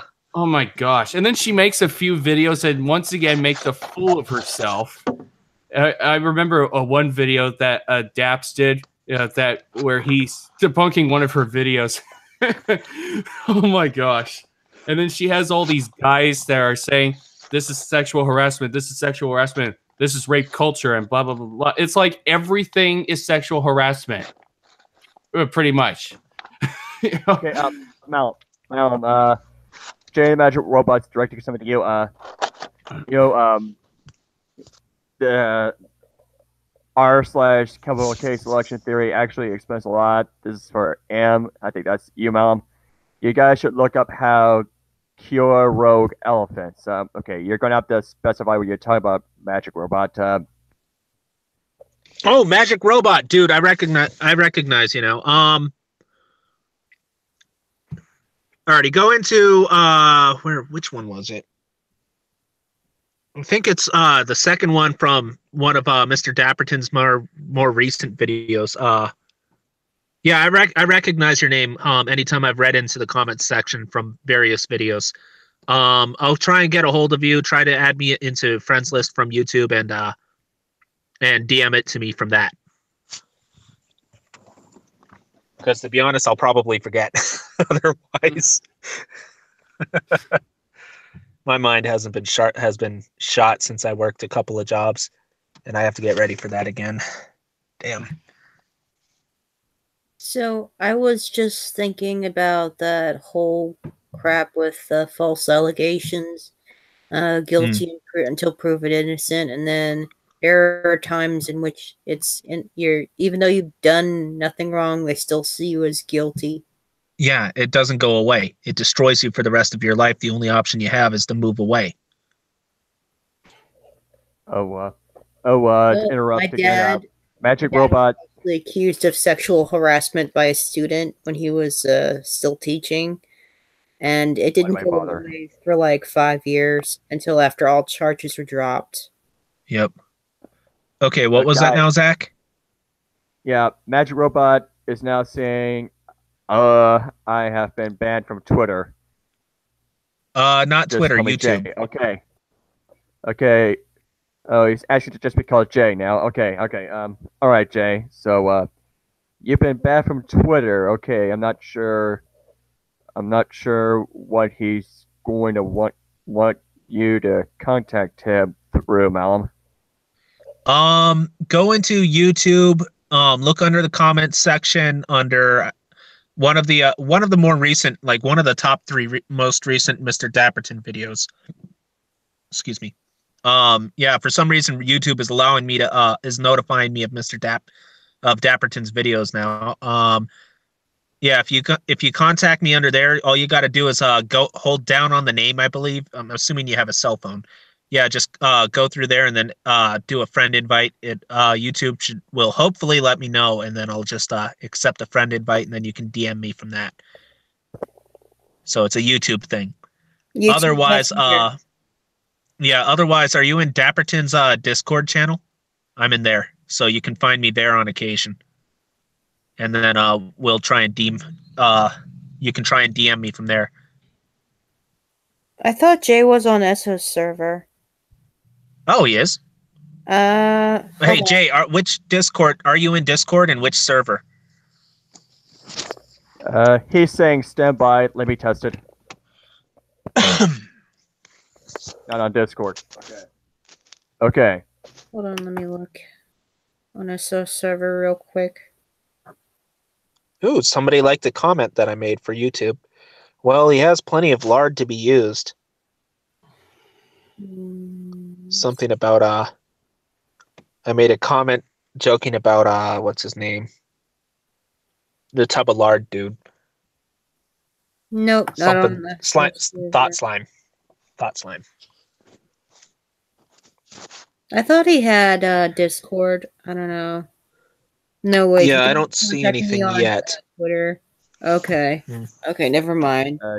Yeah, Jay just said he's not on Discord. Okay. Hmm. Yeah, I get confused. Yeah, you were So on Twitter. Yeah, you were. it's gonna kick me from the chat when I try to go look for his name. So I'll be right back. Okay. You know how crappy my phone is. All right. All right. See you later, Melon. So, yeah, as I said, my dad was falsely claimed for sexual harassment when he didn't even touch her, a student. He tried to help her, and this young lady, she was very troubled. The whole thing was just chaos. And, the local sheriff's department, oh my gosh. The lies they told, and the lies on top of lies, and the criminal things they did to try to rile us up. Especially my dad. Ridiculous. In other words, there was a whole bunch of he said, she said stuff. Yeah.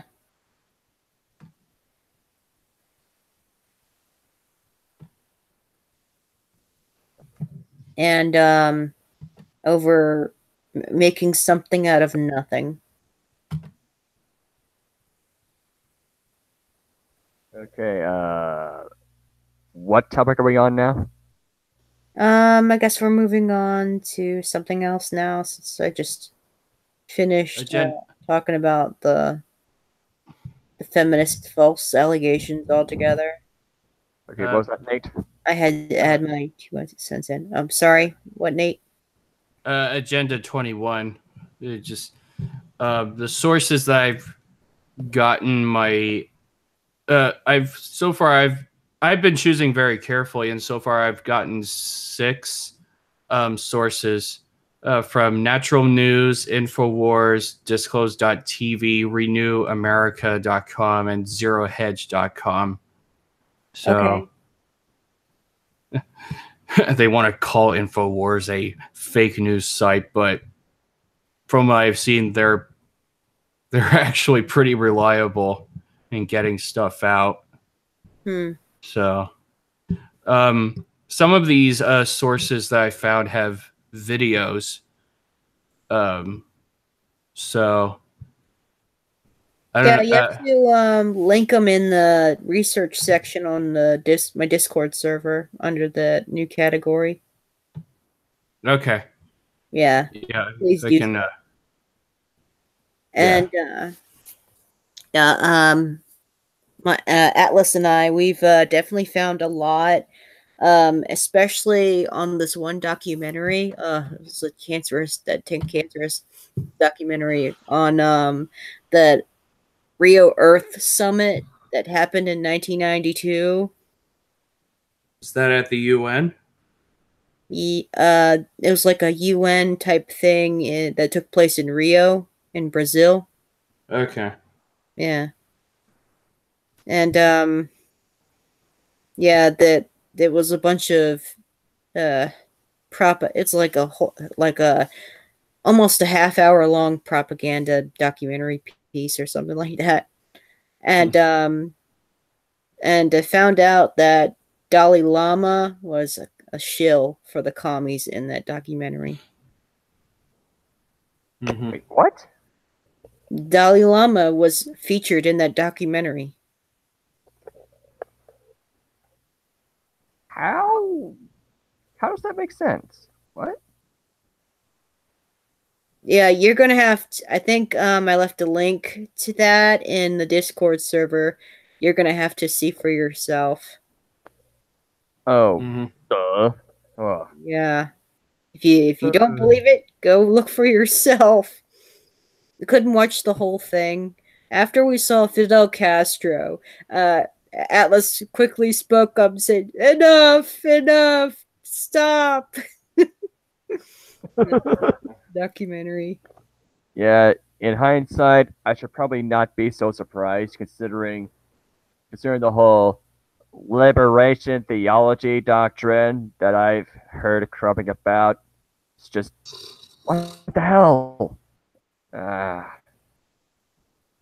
mean, come on. If you're going to be part of the church's clergy or any other staff, get your doctrines straight.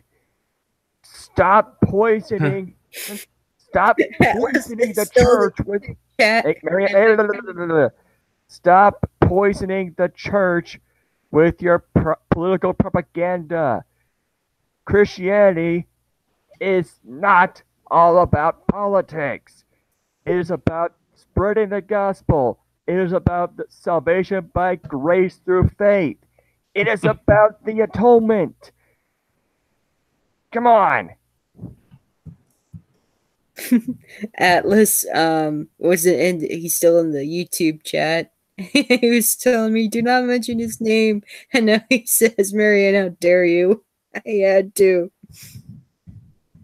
Koi Monsters in the chat. Hey Koi. I'll get my own yarn balls then. I don't have to depend on you, Alice. Yeah, mind if I finish? Around like this. Okay, yeah. As I was saying, why must you false prophets always try to insert your politics into the Bible when it's not even there? While you guys are talking about immigration, social justice, or all the other political crap that only serves to divide people, we Christians are going around sharing the gospel about the forgiveness of sins, the atonement, the Godhead, 3 in 1, hypostatic union, paving the way for salvation by grace through faith. We do not need any politics inserted into the gospel message. We have all we need in the Bible and its context. Stop inserting your politics into the message. Please. Okay, I'm done. Oh, yes, Ozzy Osbourne once said, I have no time for politics. Politicians don't understand me, and I don't understand them. Yeah. Yeah, there's a whole mountain of research already of Agenda 21 stuff. I've got my different sources, including 2 books, and one I'm still reading through and been taking pictures of, and they're in the research section as well. Yeah. It's quite an informative book from what I've seen so far. I'm not even halfway through it. Is it a thick book? Yes, it's a thick book. Huh. Hold on, let me look at it, see how many pages it is. I forgot. No, it's about, well, including the index at the end, it's 352 pages. Wow. Not quite as thick as the 5th wave, but well, it's which is like a little over 400 pages. But yeah, it's pretty thick. Mm-hmm.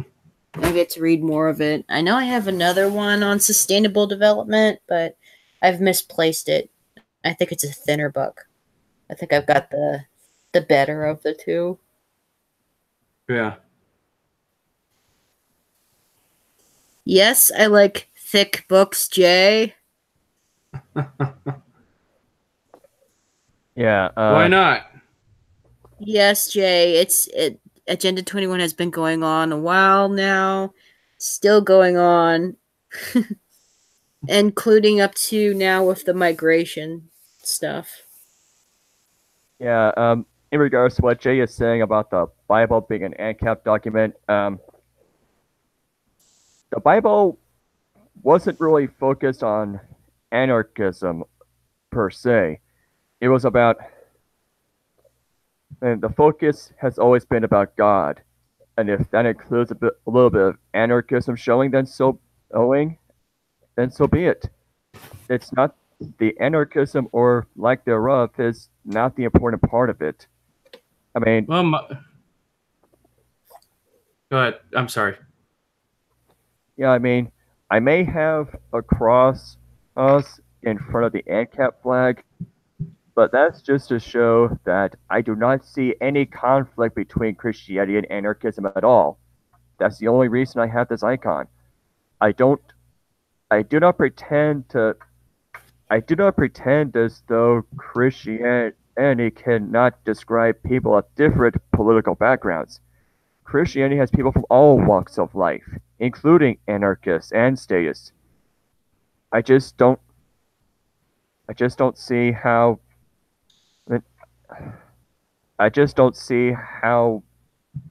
inserting politics into the gospel message is going to help much when, I mean, yes, anarchism will help with spreading the gospel due to freedom of association and speech and all that, but ultimately, the most important thing is glorifying the Lord. I bet we could have a long talk about the Bible. And I can also expect that we'd be talking over each other in the process, so just like, well, that's par for the course in Christian apologetics anyway, so yeah, Jay, I'm not... Look, Jay, at the end of the day, as far as Christianity is concerned, the ultimate focus must be on the Lord. Whether we agree that anarchism is the best way to go, that must come second. The Lord first. Oh, you would just send me info? Okay, if you'll leave a few links in the comments section when we're done with the stream, that I'll look at those. All right. Speaking as a Christian myself, I worship God, not government. Mm-hmm. So the ritualistic, putting your hand over your heart while standing for a Pledge of Allegiance or the national anthem, that's a statist ritual. More basically. like Pledge of Obedience. Yeah, Pledge of Obedience to a false god called government. Yeah, I'm aware of 1 Samuel chapter 8, Jay. I am not saying there are not any anarchist implications. What I am saying is that that's not the main focus of the Bible. That's all I'm saying. I mean, anarchism may show, but the most important thing is the Lord. That's what I'm saying. I mean, what are we even arguing over? We're pretty much agreeing on the same thing, just in a different way. Funny how that now happens. You guys are getting it. I always did get it, Jay. What are you talking about?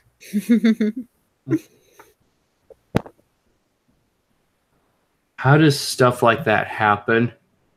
You're two people arguing over something they agree with. How does that happen? I don't know. Me neither. But that's kind of weird. It is. Well, there's plenty about us human beings that's weird. That's quite obvious.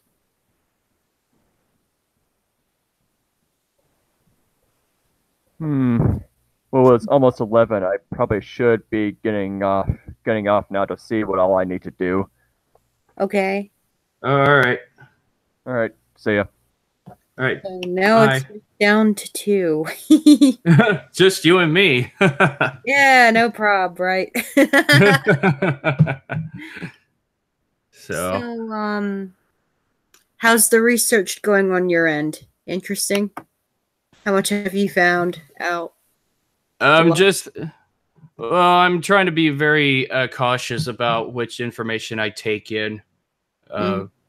So that's why I only have like 6 sources on bookmarked. So let's see. All bookmarks. Okay, yeah, I made a folder specifically for Agenda 21, so that way I don't lose anything. Well, that's a good idea.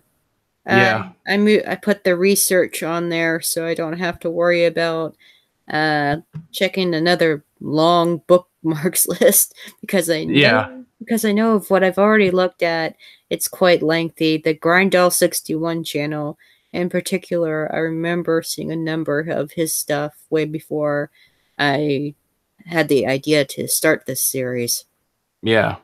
If it wasn't for him, this guy who's like conservative, if it wasn't for Grindall61, I would have never known about Agenda 21. It's like one of the most informed people out there on the subject, aside from this lady that I've yet to look further into who does that who runs that website, Democrats Against UN Agenda21.com. Rosa Clark. Yeah, I think I should look into that. Yeah, the link to that is. Hold on, I could find that in the Mountain of Research now and link to it in the Hangout chat. It's at the very top of this, or I could just go there and see it at the very, very top. But I don't know, it's quite a while of a scroll, so I'll just save you the time and just link you to it. Alrighty, Jay, the magic robot, is a new subscriber. Yay! Oh, Jay. Wub woo. You gotta get creepy. Subscribed a while ago. Jay should have subscribed a while ago. But better late than never. Better late than never. Oh, come on. Are you kidding? I don't make content yet. Yet. Keyword. Might still take a while, like probably next summer. Late next summer. Let me scroll up, dang it. What? Fine. I know the address, so I'll just type it. Since this doesn't be that way. Hark, hear the bells, sweet silver. Oh, wait. No, wrong one. Okay. Hark, here's the laws, fresh, brand new laws. State seems to say freedom, there's no way. Freedom, no go. There you go. So let's see. It was called R/K selection theory.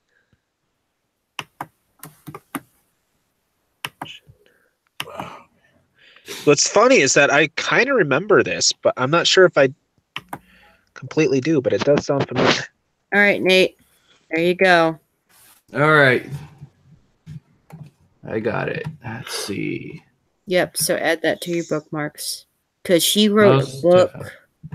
This lady also wrote a book called The Green Mask Behind Agenda 21.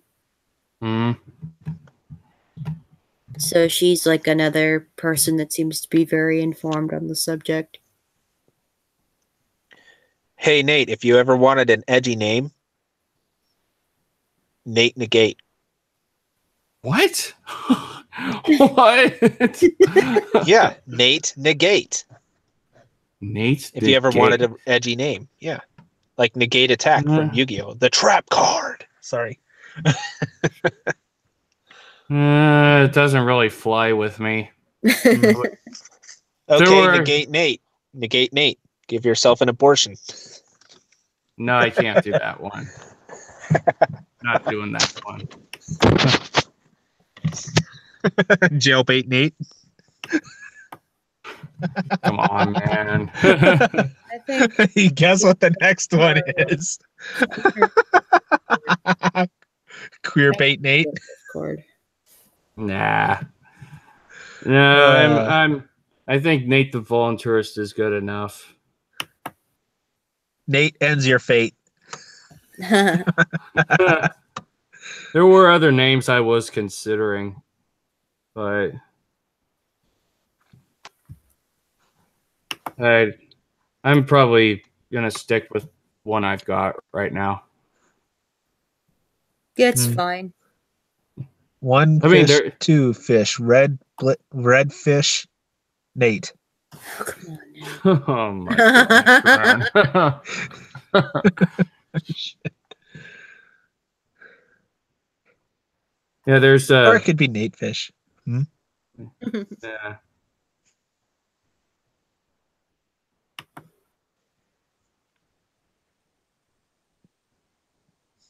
I follow Justine the Libertarian on Twitter.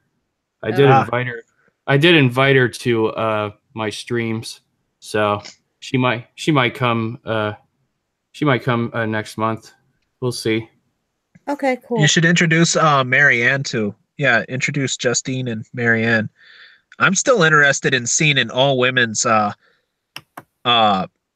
Panel. like live stream with nothing but ANCAP women because of the fact that all they say is we're nothing but a bunch of men.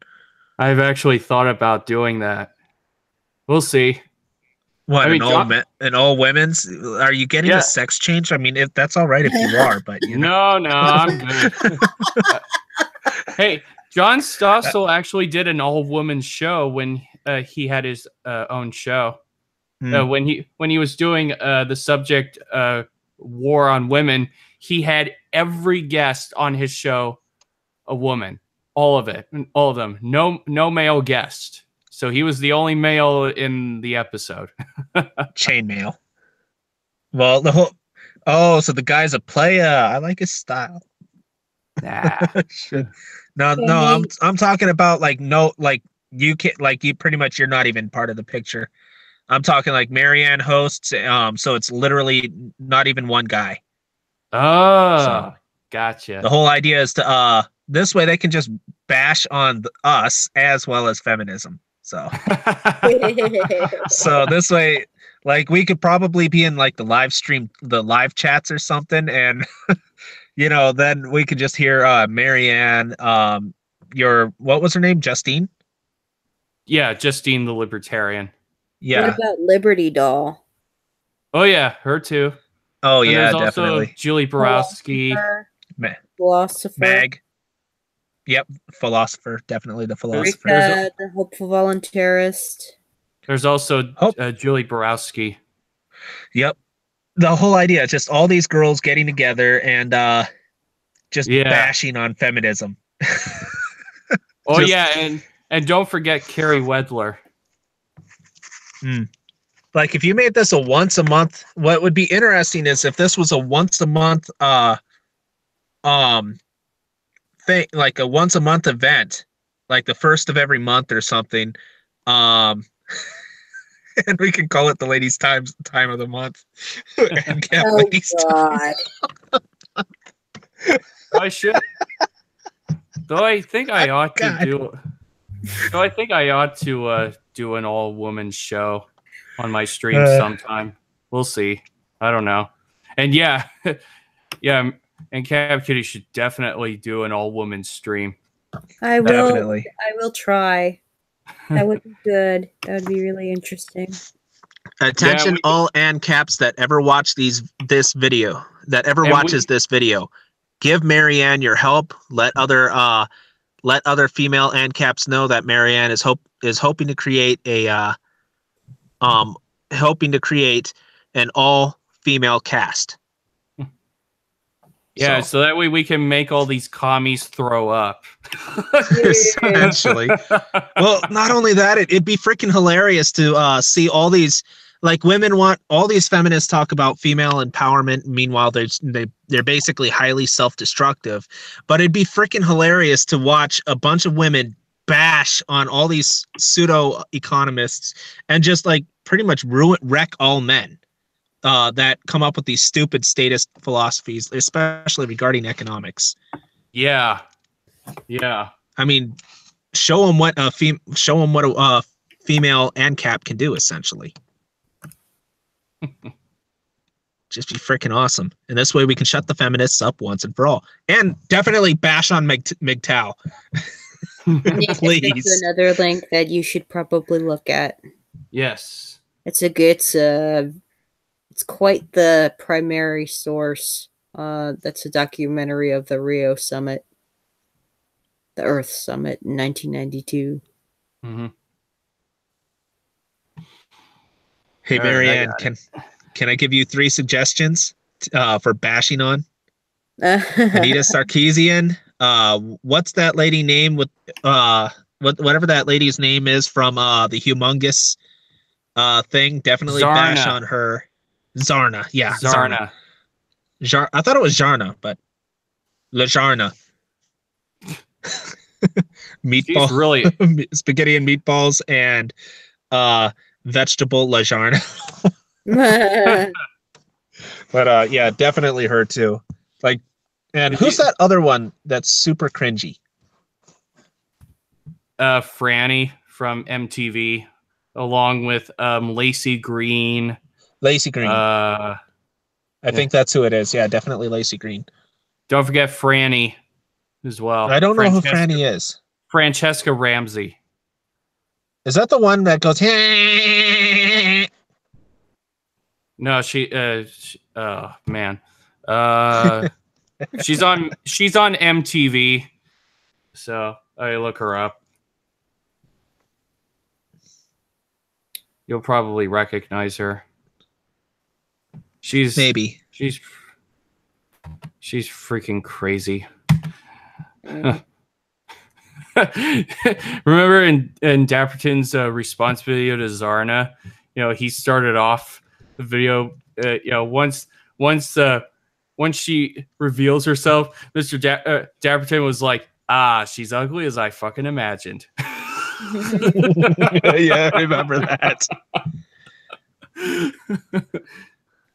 Notice how I only brought men to give this message? Yeah, I also noticed how you paid them, and they were laughing when they were delivering their lines. I know, right? Shit. Yeah, there was like that one guy who looked like a teen or something, and he couldn't keep a straight face in what he was saying. And then Dapperton's like, Zarna, even your paid actors can't keep a straight face saying this shit.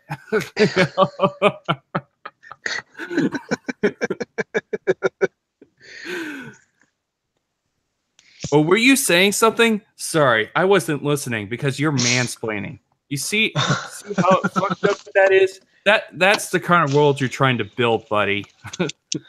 I know, right? I don't know what world you're living in. It's like, gosh. See, notice how I brought men in? Sorry, I wasn't listening. They were mansplaining. So Jay says that Lacey Green has gotten a little better. I say, yep, she has. Because really? Opening, at least she has been like open to talk to the other side. That's not part of her echo chamber. Finally, actually, the other feminists that were in her echo chamber, they were like kind of shunning her, as far as I remember. So basically, it's the same thing with what happens to ANCOMs in general as well. When an ANCOM opens up to figure out what the other side is about, they typically get shunned. Yeah, that's what happened to Journey. I think TJ all Kirk, the time. What? Oh, I should probably. Sorry. Go ahead, I was Nate. just gonna. TJ Kirk has when he was doing the Drunken Pheasants, or is that what it was called? Mm-hmm.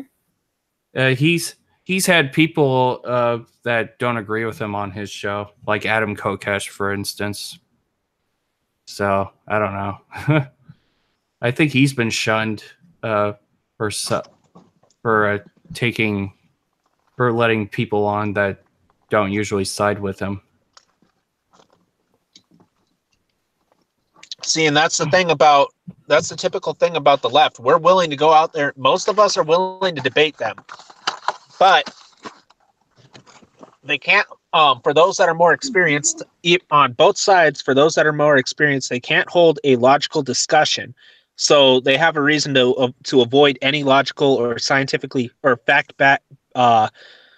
basically any fact-based conversation, anything that has citation regarding it, all that stuff. And I'm losing my train of thought. I'm struggling to keep it. Sorry. Struggling to keep from derailing it. There's children on board, so anyway, so yeah, so that's one of the things I've noticed is that the ones that do end up sticking around, they usually they're either trying to prove something and they stick to a specific line of thought, but when it comes to actual debates, as in trying to understand the other side so that you can try and dismantle their argument at its foundations, that's when you get shunned. When you try to understand the other side. Unless you're doing what Tom Hartman does, which is just talk over them constantly. Tom Hartman. I don't recognize him. What? I don't recognize the name. What? I remember Tom Hartman. I remember when SO did a little debate with Tom Hartman. Oh man, I gotta ask. I gotta talk to SO about that if he ever streams. If he streams on my show, that is. We'll see. Mention him because I have a tendency to not remember names and stuff. So, like, what was this about Tom Hartman? He's like some socialist type commentator from RT. His show got canceled not too long ago. Now he's just doing his own radio podcast type thing. He's also on YouTube. So, what's the show called? On the Point or something? Oh, yep. I know who you're talking about now. Never mind. I just didn't recognize the name. He's that forgettable, ladies and gentlemen. That was just me. I remember that one segment. Hoodie actually responded to one of his videos a while back. Oh man, I haven't seen any of his videos lately. He's been working lately, and he was supposed to get our collab out. Hoodie, if you ever watch this, I'm a huge fan of yours. Please bring Mr. Dapperton into hell with you. Hoodie, you should talk to me again sometime. It's been a while since we last chatted, buddy. Fuck, Reason. I haven't seen anything from him lately either. Oh, yeah. He told me that he's in the middle. Dude, seriously. He's in the middle of actually trying to get a full-time job or something like that. That pays him well. So he's also got a Patreon. So if anybody's watching, if you like Reason, please become a patron, because that'll help him a lot, and it will help him come back sooner. So until he gets a much better job, he's not going to be around for a while. All the best of luck to Reason, the voice y'all should be listening to. I know, right? I just love that. I just totally love that. And we also have a 2-part collab planned. Wow. So we're gonna collabs with everyone planned. I know. Who was the guy with that did the S&M thing that had a couple of those evil midgets on one of Reason's videos? Oh, is it the right-wing BDSM? Yeah, I think something like that. Yeah. Yeah, I think I saw that collab a while ago. I gotta watch it again. That was hilarious. It was really funny. That's been a while. I remember in Libertudes, Reason is like, Dapperton, get your dick off of my... Okay, I'm sorry. I know, right? I still remember the dinosaur. Damn, look at his tongue. That's nothing. Oh, that was awesome. But, so my collab with Reason is going to be a 2-parter responding to one video because it's going to be a young turds one. The dung turds. Lovely. The dumb turds, yes. The little retarded teens with the brains of jelly beans will watch the turds go live. Ba-ba-da. The dung turds, yeah. So it's going to be the Caitlin Bennett one where they're, well, first half will be on guns. Second half will be on white privilege. So look forward to that, everyone. It's going to be really good. I'm sure that's going to be good. Yeah, because my gosh, they literally leave out a lot of stuff as they're going on, and I'm like, gosh, that is just bad reporting on their part. And of course, they're being very manipulative. Obviously. Yeah. Well, I can tell by the faces that they make when they're being so smug and so prideful that they are just being very manipulative. When they're just twisting stuff around or omitting what people say and what they have and what has actually had gone on. They just omit the facts or omit what people say. It's just so. It's funny how they're just getting away with slander and, just I don't know. It's just so freaking ridiculous how they get away with it. So. Yeah, but meanwhile, if you're on the right side and you end up doing something like that, all of a sudden you got 50 trillion lawsuits on you. What's funny is that Dave Rubin used to be with the Dunk Turds, and after he left, Anna is just now making videos, just slamming him down. It's just so. It's like, oh, you're not on our side anymore? Huh. You're probably one of those people now. It's like, gosh. Freaking echo chambers. Yeah, you can't have any individual thought whatsoever. Yeah. My collab with Atomic, which I hope will be done soon, is going to be mostly on Anna Kasparian. That woman who's like, yeah, I'm fucking better than you. I know exactly who you're talking about. So here's a question.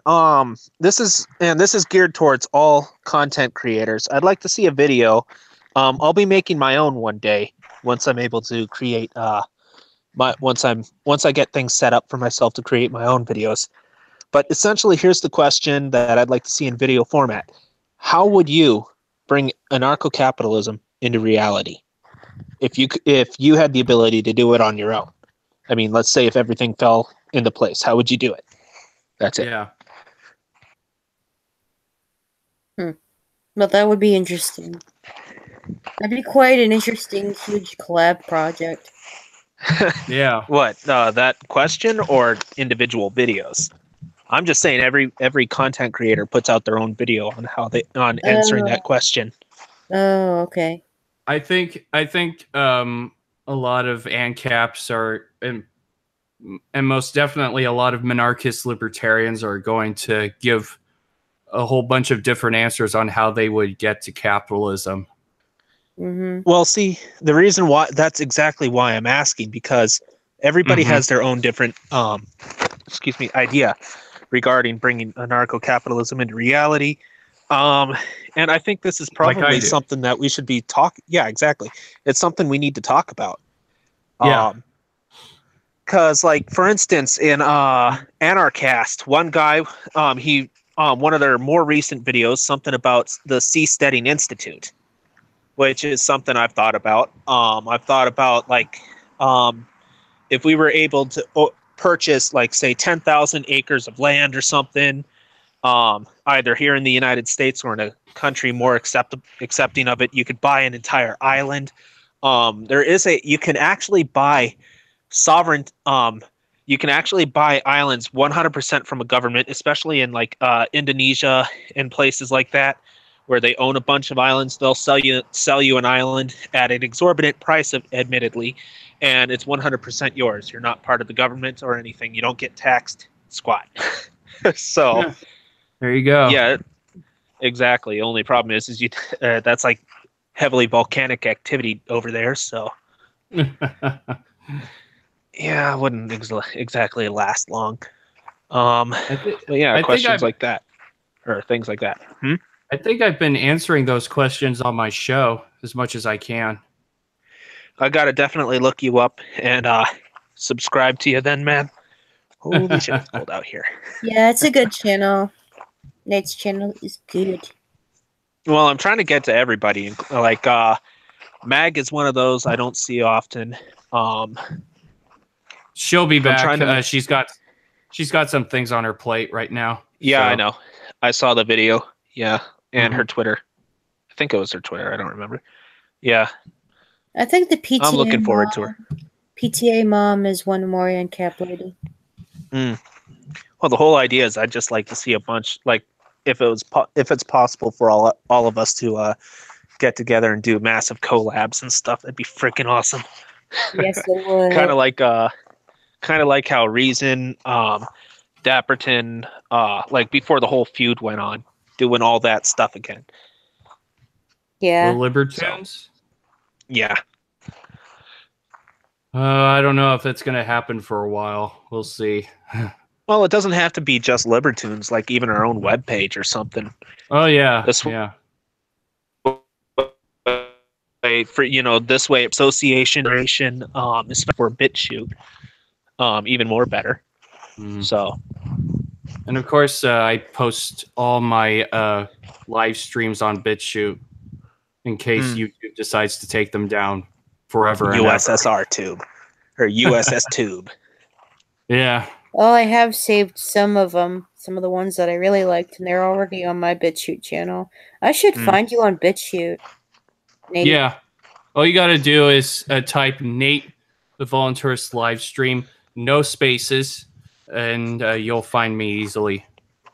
I got to get back on the BitChute. I'm on there somewhere. I just don't go there often enough, mainly because it's not in an app format, and all my stuff is done via cell phone. So, and it's not a go-to place quite yet.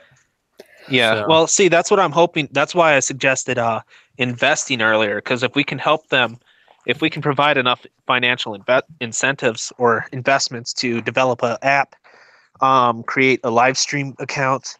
I mean, heck, if they can even do a Facebook, throw in a Facebook. I mean, BitChute has potential right now. They aren't there yet, but damn, we need one. With, I mean, Google, Facebook, Twitter, all them. Yeah, I mean, we're getting closer for the live stream to happen on BitChute. So, let's keep pouring the funding in while we can. What I would like to do is see if we could get them to collab with the programmers that are taking a break on FNet, and maybe get those guys to focus on FNet, because I mean those guys need to hear about that Dragonfly thing. Oh yeah, yeah. I mean, if hey Marianne, I would suggest you send that to Heretic and Esso, this video to them, and have him basically contact them regarding Dragonfly and basically say we need to work on this now, because we take too long, we might not have the ability to disperse it. Not everybody has the ability to go onto the dark web, and this needs to be something where it's easy to get a hold of and added to a cell phone before it's not an option. So. All right, Nate. Holy fuck, I'm tired. Cold. Live stream channel on BitChute. Did you find it? Yep, I found it. Oh, perfect. Yep, it's already. Oh, sorry. Go ahead. Just saying. Pretty much. I would just copy in everything that I put in the description box, so it's all there. Yep. I've got the about all set. I've got, pretty much everything's there. It's all there. If YouTube takes down one episode, you won't miss anything. So you all have nothing to worry about. So. And on that note, I think it's time for me to go. I have to try and get to bed early so I can be up early to talk to a special someone of mine. So, Yep. All right. I guess I'll do my last word now. So, goodbye, guys. Thank you for anybody that's listening. And Sigvol! All right. Bye. See ya. Good night, Malum. Two of us again. Yeah. Weird how that happens. So you guys subscribe to my BitChute channel? Yep. And I left you a link to mine. All right. Let's see. I even have Esso's video about the Parkland shooting crisis actor stuff. I managed to put that on my BitChute since it got taken off YouTube. Oh, good. Yeah, there were several of Dapperton's videos that I was able to get. I even have most of his classic Anarchy Ball stuff. Awesome. So you should definitely post them on BitChute. I'm thinking of doing I was going to do a shout out for Mr. Dapperton, but unfortunately I wasn't able to do it for whatever reason. So I think I'll go ahead and do it. Yeah, I'll do one of the classic videos. Nice. So we'll see. Yeah, and if you look at my channel, I have saved some of the streams that I really, really like. Mm-hmm. And towards the end of the year, I will get back to reading on stream more of the Fifth Wave novel. It's it's not all that well written, sort of, but it's a very interesting young adult novel that was no way written by a statist. Okay. Yeah. Have you heard of this book, The Fifth Wave? It's also I never heard of it. Oh, it's a very dystopian sci-fi type story of this young lady named Cassie after the constellation Cassiopeia, and the pretty much the apocalypse came. It was like this alien invasion, and this apocalypse came in like the 10 plagues type style, like the first wave described as a massive EMP, so most of the electricity and power goes out, and then it's the second wave was like tsunamis on the coasts of the different places in the world, and yeah, the third one was the blood plague or something like that. It was an it was an actual sickness passed on from birds. And forget what the fourth one was. But yeah, it's really exciting, and I really wanted to the reason I wanted to start reading this novel was because there's something in the book that I definitely can imagine the state wanting to do to children. Oh, yeah. With this military group. And basically, basically, government just wants to indoctrinate our kids. Yeah, and use them for whatever. Yeah. Yeah, I've got friends who basically allowed themselves to just go along with what they're told. They're not going along with what they found out. So I even go on their Twitter. They're only doing retweets from other people. They're not making their own tweets and sharing their own opinions. NPCs. What? Normies. NPCs. Yeah. Yeah, so towards the end of the year, I will go back and read into part 2 since part 1 was already covered. First part was by Cassie. The second part is the guy that she had a crush on. He's got a main role in the story. It's interesting. He's actually in that military, so oops, a bit of a spoiler there, but not too much. Yeah, I don't know if Koi's still in the chat. Hold on. Is she still in the YouTube chat? Who? Koi Monster? Nope, I guess she went to bed. Oh. I was gonna mention she's not around, so probably she probably won't see the whole thing and be spoiled. Yeah. Did have an interesting theory that that the whole apocalypse thing going on, it's probably just all in Cassie's head, and she was like brainwashed by CNN.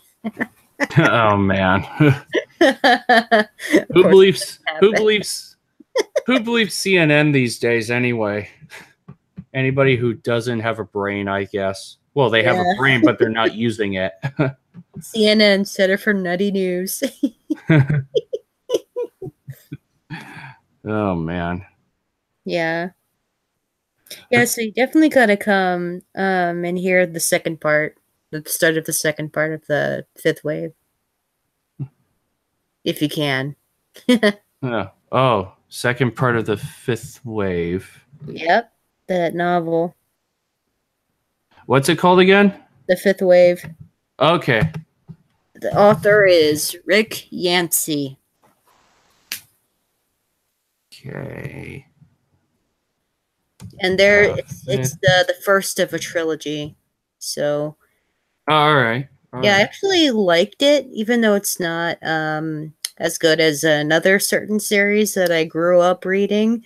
But I thought it was pretty good, nonetheless. Did they make it into a movie? Yes, The Fifth Wave. Yes. Oh, that's that first book.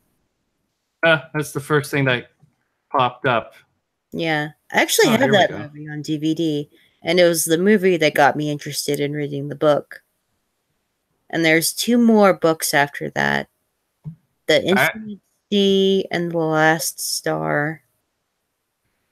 I always try to read the book before watching the movie. Mm-hmm. I did that with Harry Potter. How did that experience go? The Harry Potter reading?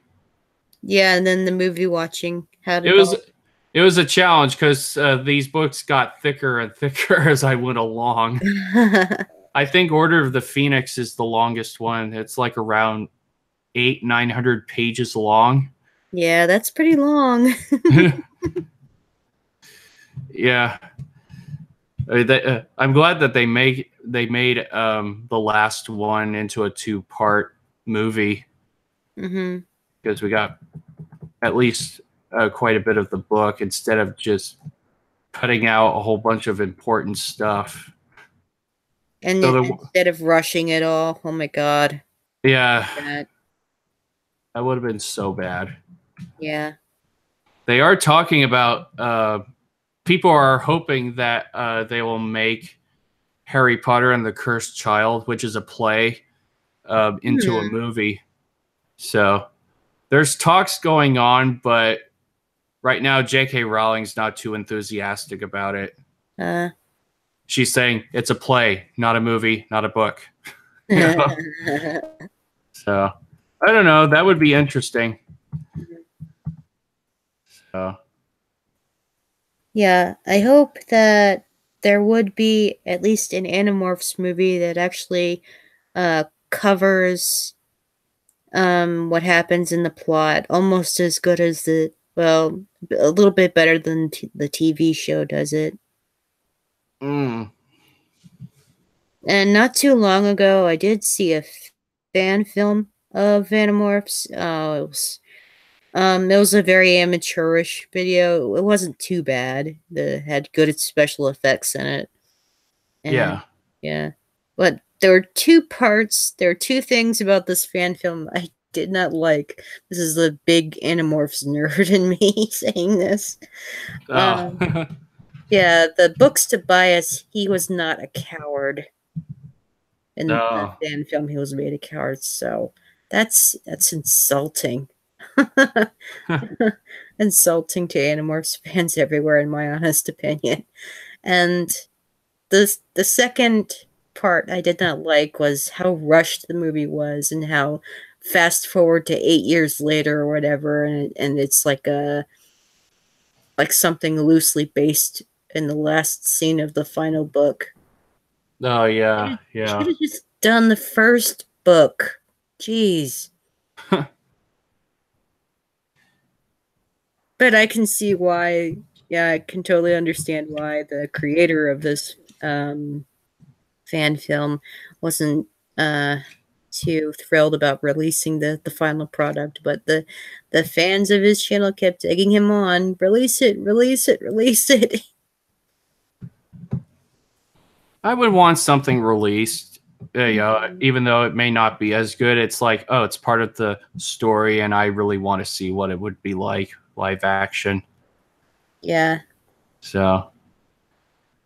Yeah, speaking of live action, there's going to be a Lion King live action movie. I know. Though it's going to be kind of animation still, though 3D CGI. Yeah, CGI, yeah. Though CGI looks pretty realistic, so I can live with that. They did the same thing with the Jungle Book. You know, they remade that one, and everything's the Bagheera, Baloo, Shere Khan, Akela, the wolves. They're all CGI. Ka 2, the snake. Oh yeah. Oh yeah. Though Ka only appears briefly in the remake. That's a bummer. Yeah, and and this Ka sounded like a woman. It was actually played by a woman, not a guy. Interesting. Yeah.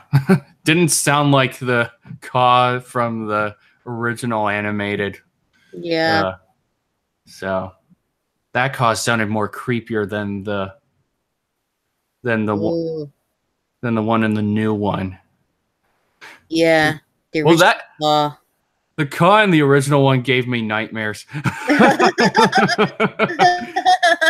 All the hypnotism and stuff. That was so. How does Disney get away with so many scary stuff? I mean, yeah. How did they get away with how dark and disturbing the Return to Oz movie was? Oh my gosh. Oh, I haven't seen that one. Oh, it's one of the darkest Disney movies ever. I think the darkest one I've seen was The Black Cauldron. Oh yeah, I remember seeing that one. That was the first Disney movie rated PG, from what I've read. Yeah.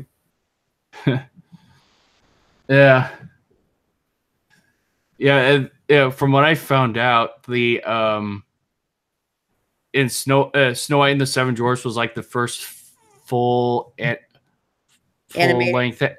length animated movie from Disney, and when they the part where the evil queen turns into the old peddler woman, that kind of got criticized because they said the old peddler woman was a little too scary for the kids. I can see why. Yeah. Man. I mean, watching her transformation, that was like one of the creepiest scenes ever. Yeah, but Disney's not doing any more traditional animated stuff anymore. Nope, not anymore. Now that there's high-def computers now. Yeah, though they did do it again with The Princess and the Frog. That was about 10 years ago now. So I haven't seen that one yet. It's basically another Disney the usual Disney fairy tale movie. Mm-hmm. I've heard of it, but I haven't seen it. Yeah. And as usual, it's another musical. So they pretty much made everything a musical. Well, I do like musicals. Yeah. Yeah, I like it when I don't like it that they rush to end stuff. Yeah, I don't either. I used to watch CSI. It ran for 15 years. Yeah. They did try to what? I watched some of it, some episodes. I mean, they were trying to get a 16th season, but unfortunately, they moved it into the death slot, and yet it was another expensive show to keep going. Mm-hmm. So the number one reason why it got canceled was the funding. However, they were able to squeeze in a 2-hour TV movie, to give it a more proper ending. But no, that's nice. That's a good try. I mean, at least it was better than nothing. Yeah. And then of course, they kind of ended it with some unresolved stuff, though. Oh, I hate that when that happens. I know. It was, and I was like, oh, they better get that renewed. They better get that renewed. But luckily, they managed to resolve it in the TV movie. However, there are some things that kind of haven't been resolved. Mm-hmm. So, and the ratings were fantastic with the TV movie, and after it got canceled, it won an award for the most popular TV show in the world. Wow.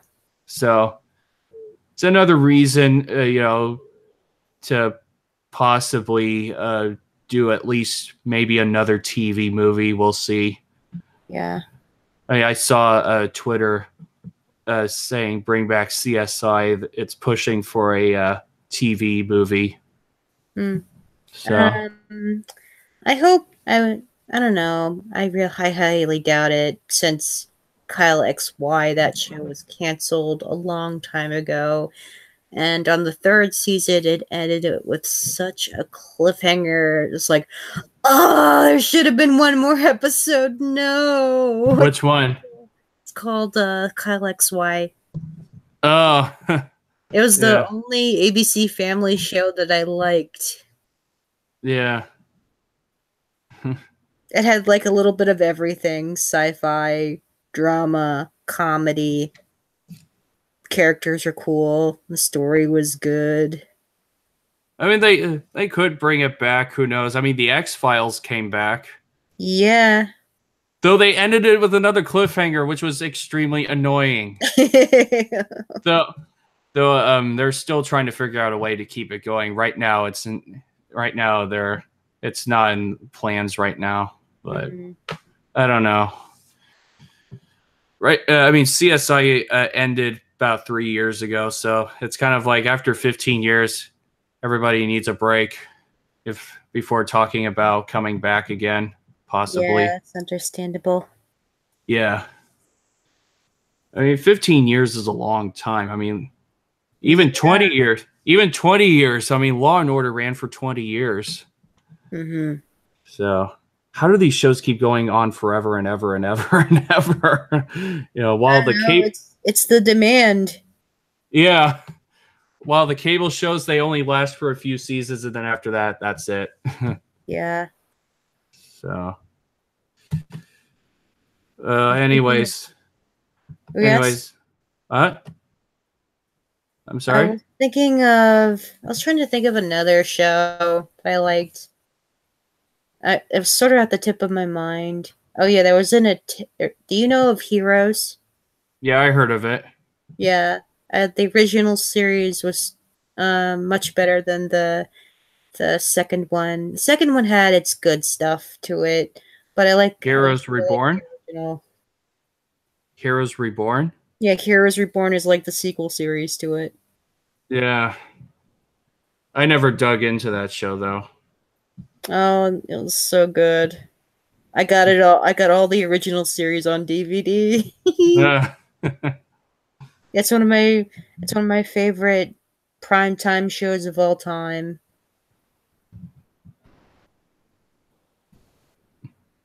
So, and then there's like, I gotta catch up on the other primetime show that I really like called Supernatural. Oh, yeah. I think that was on the CW. Yep. That's been on for quite a while now. It's in its 14th season now. Yeah. I think it's surpassed Smallville and The X-Files as the longest running sci-fi show. Wowie. Yeah. Yeah. Maybe on Thursday, I'll take a day to try to catch up on some of the episodes of the new season. I think I've only seen up to episode 3 of it. Yeah. I got quite a bit to catch up. Yeah.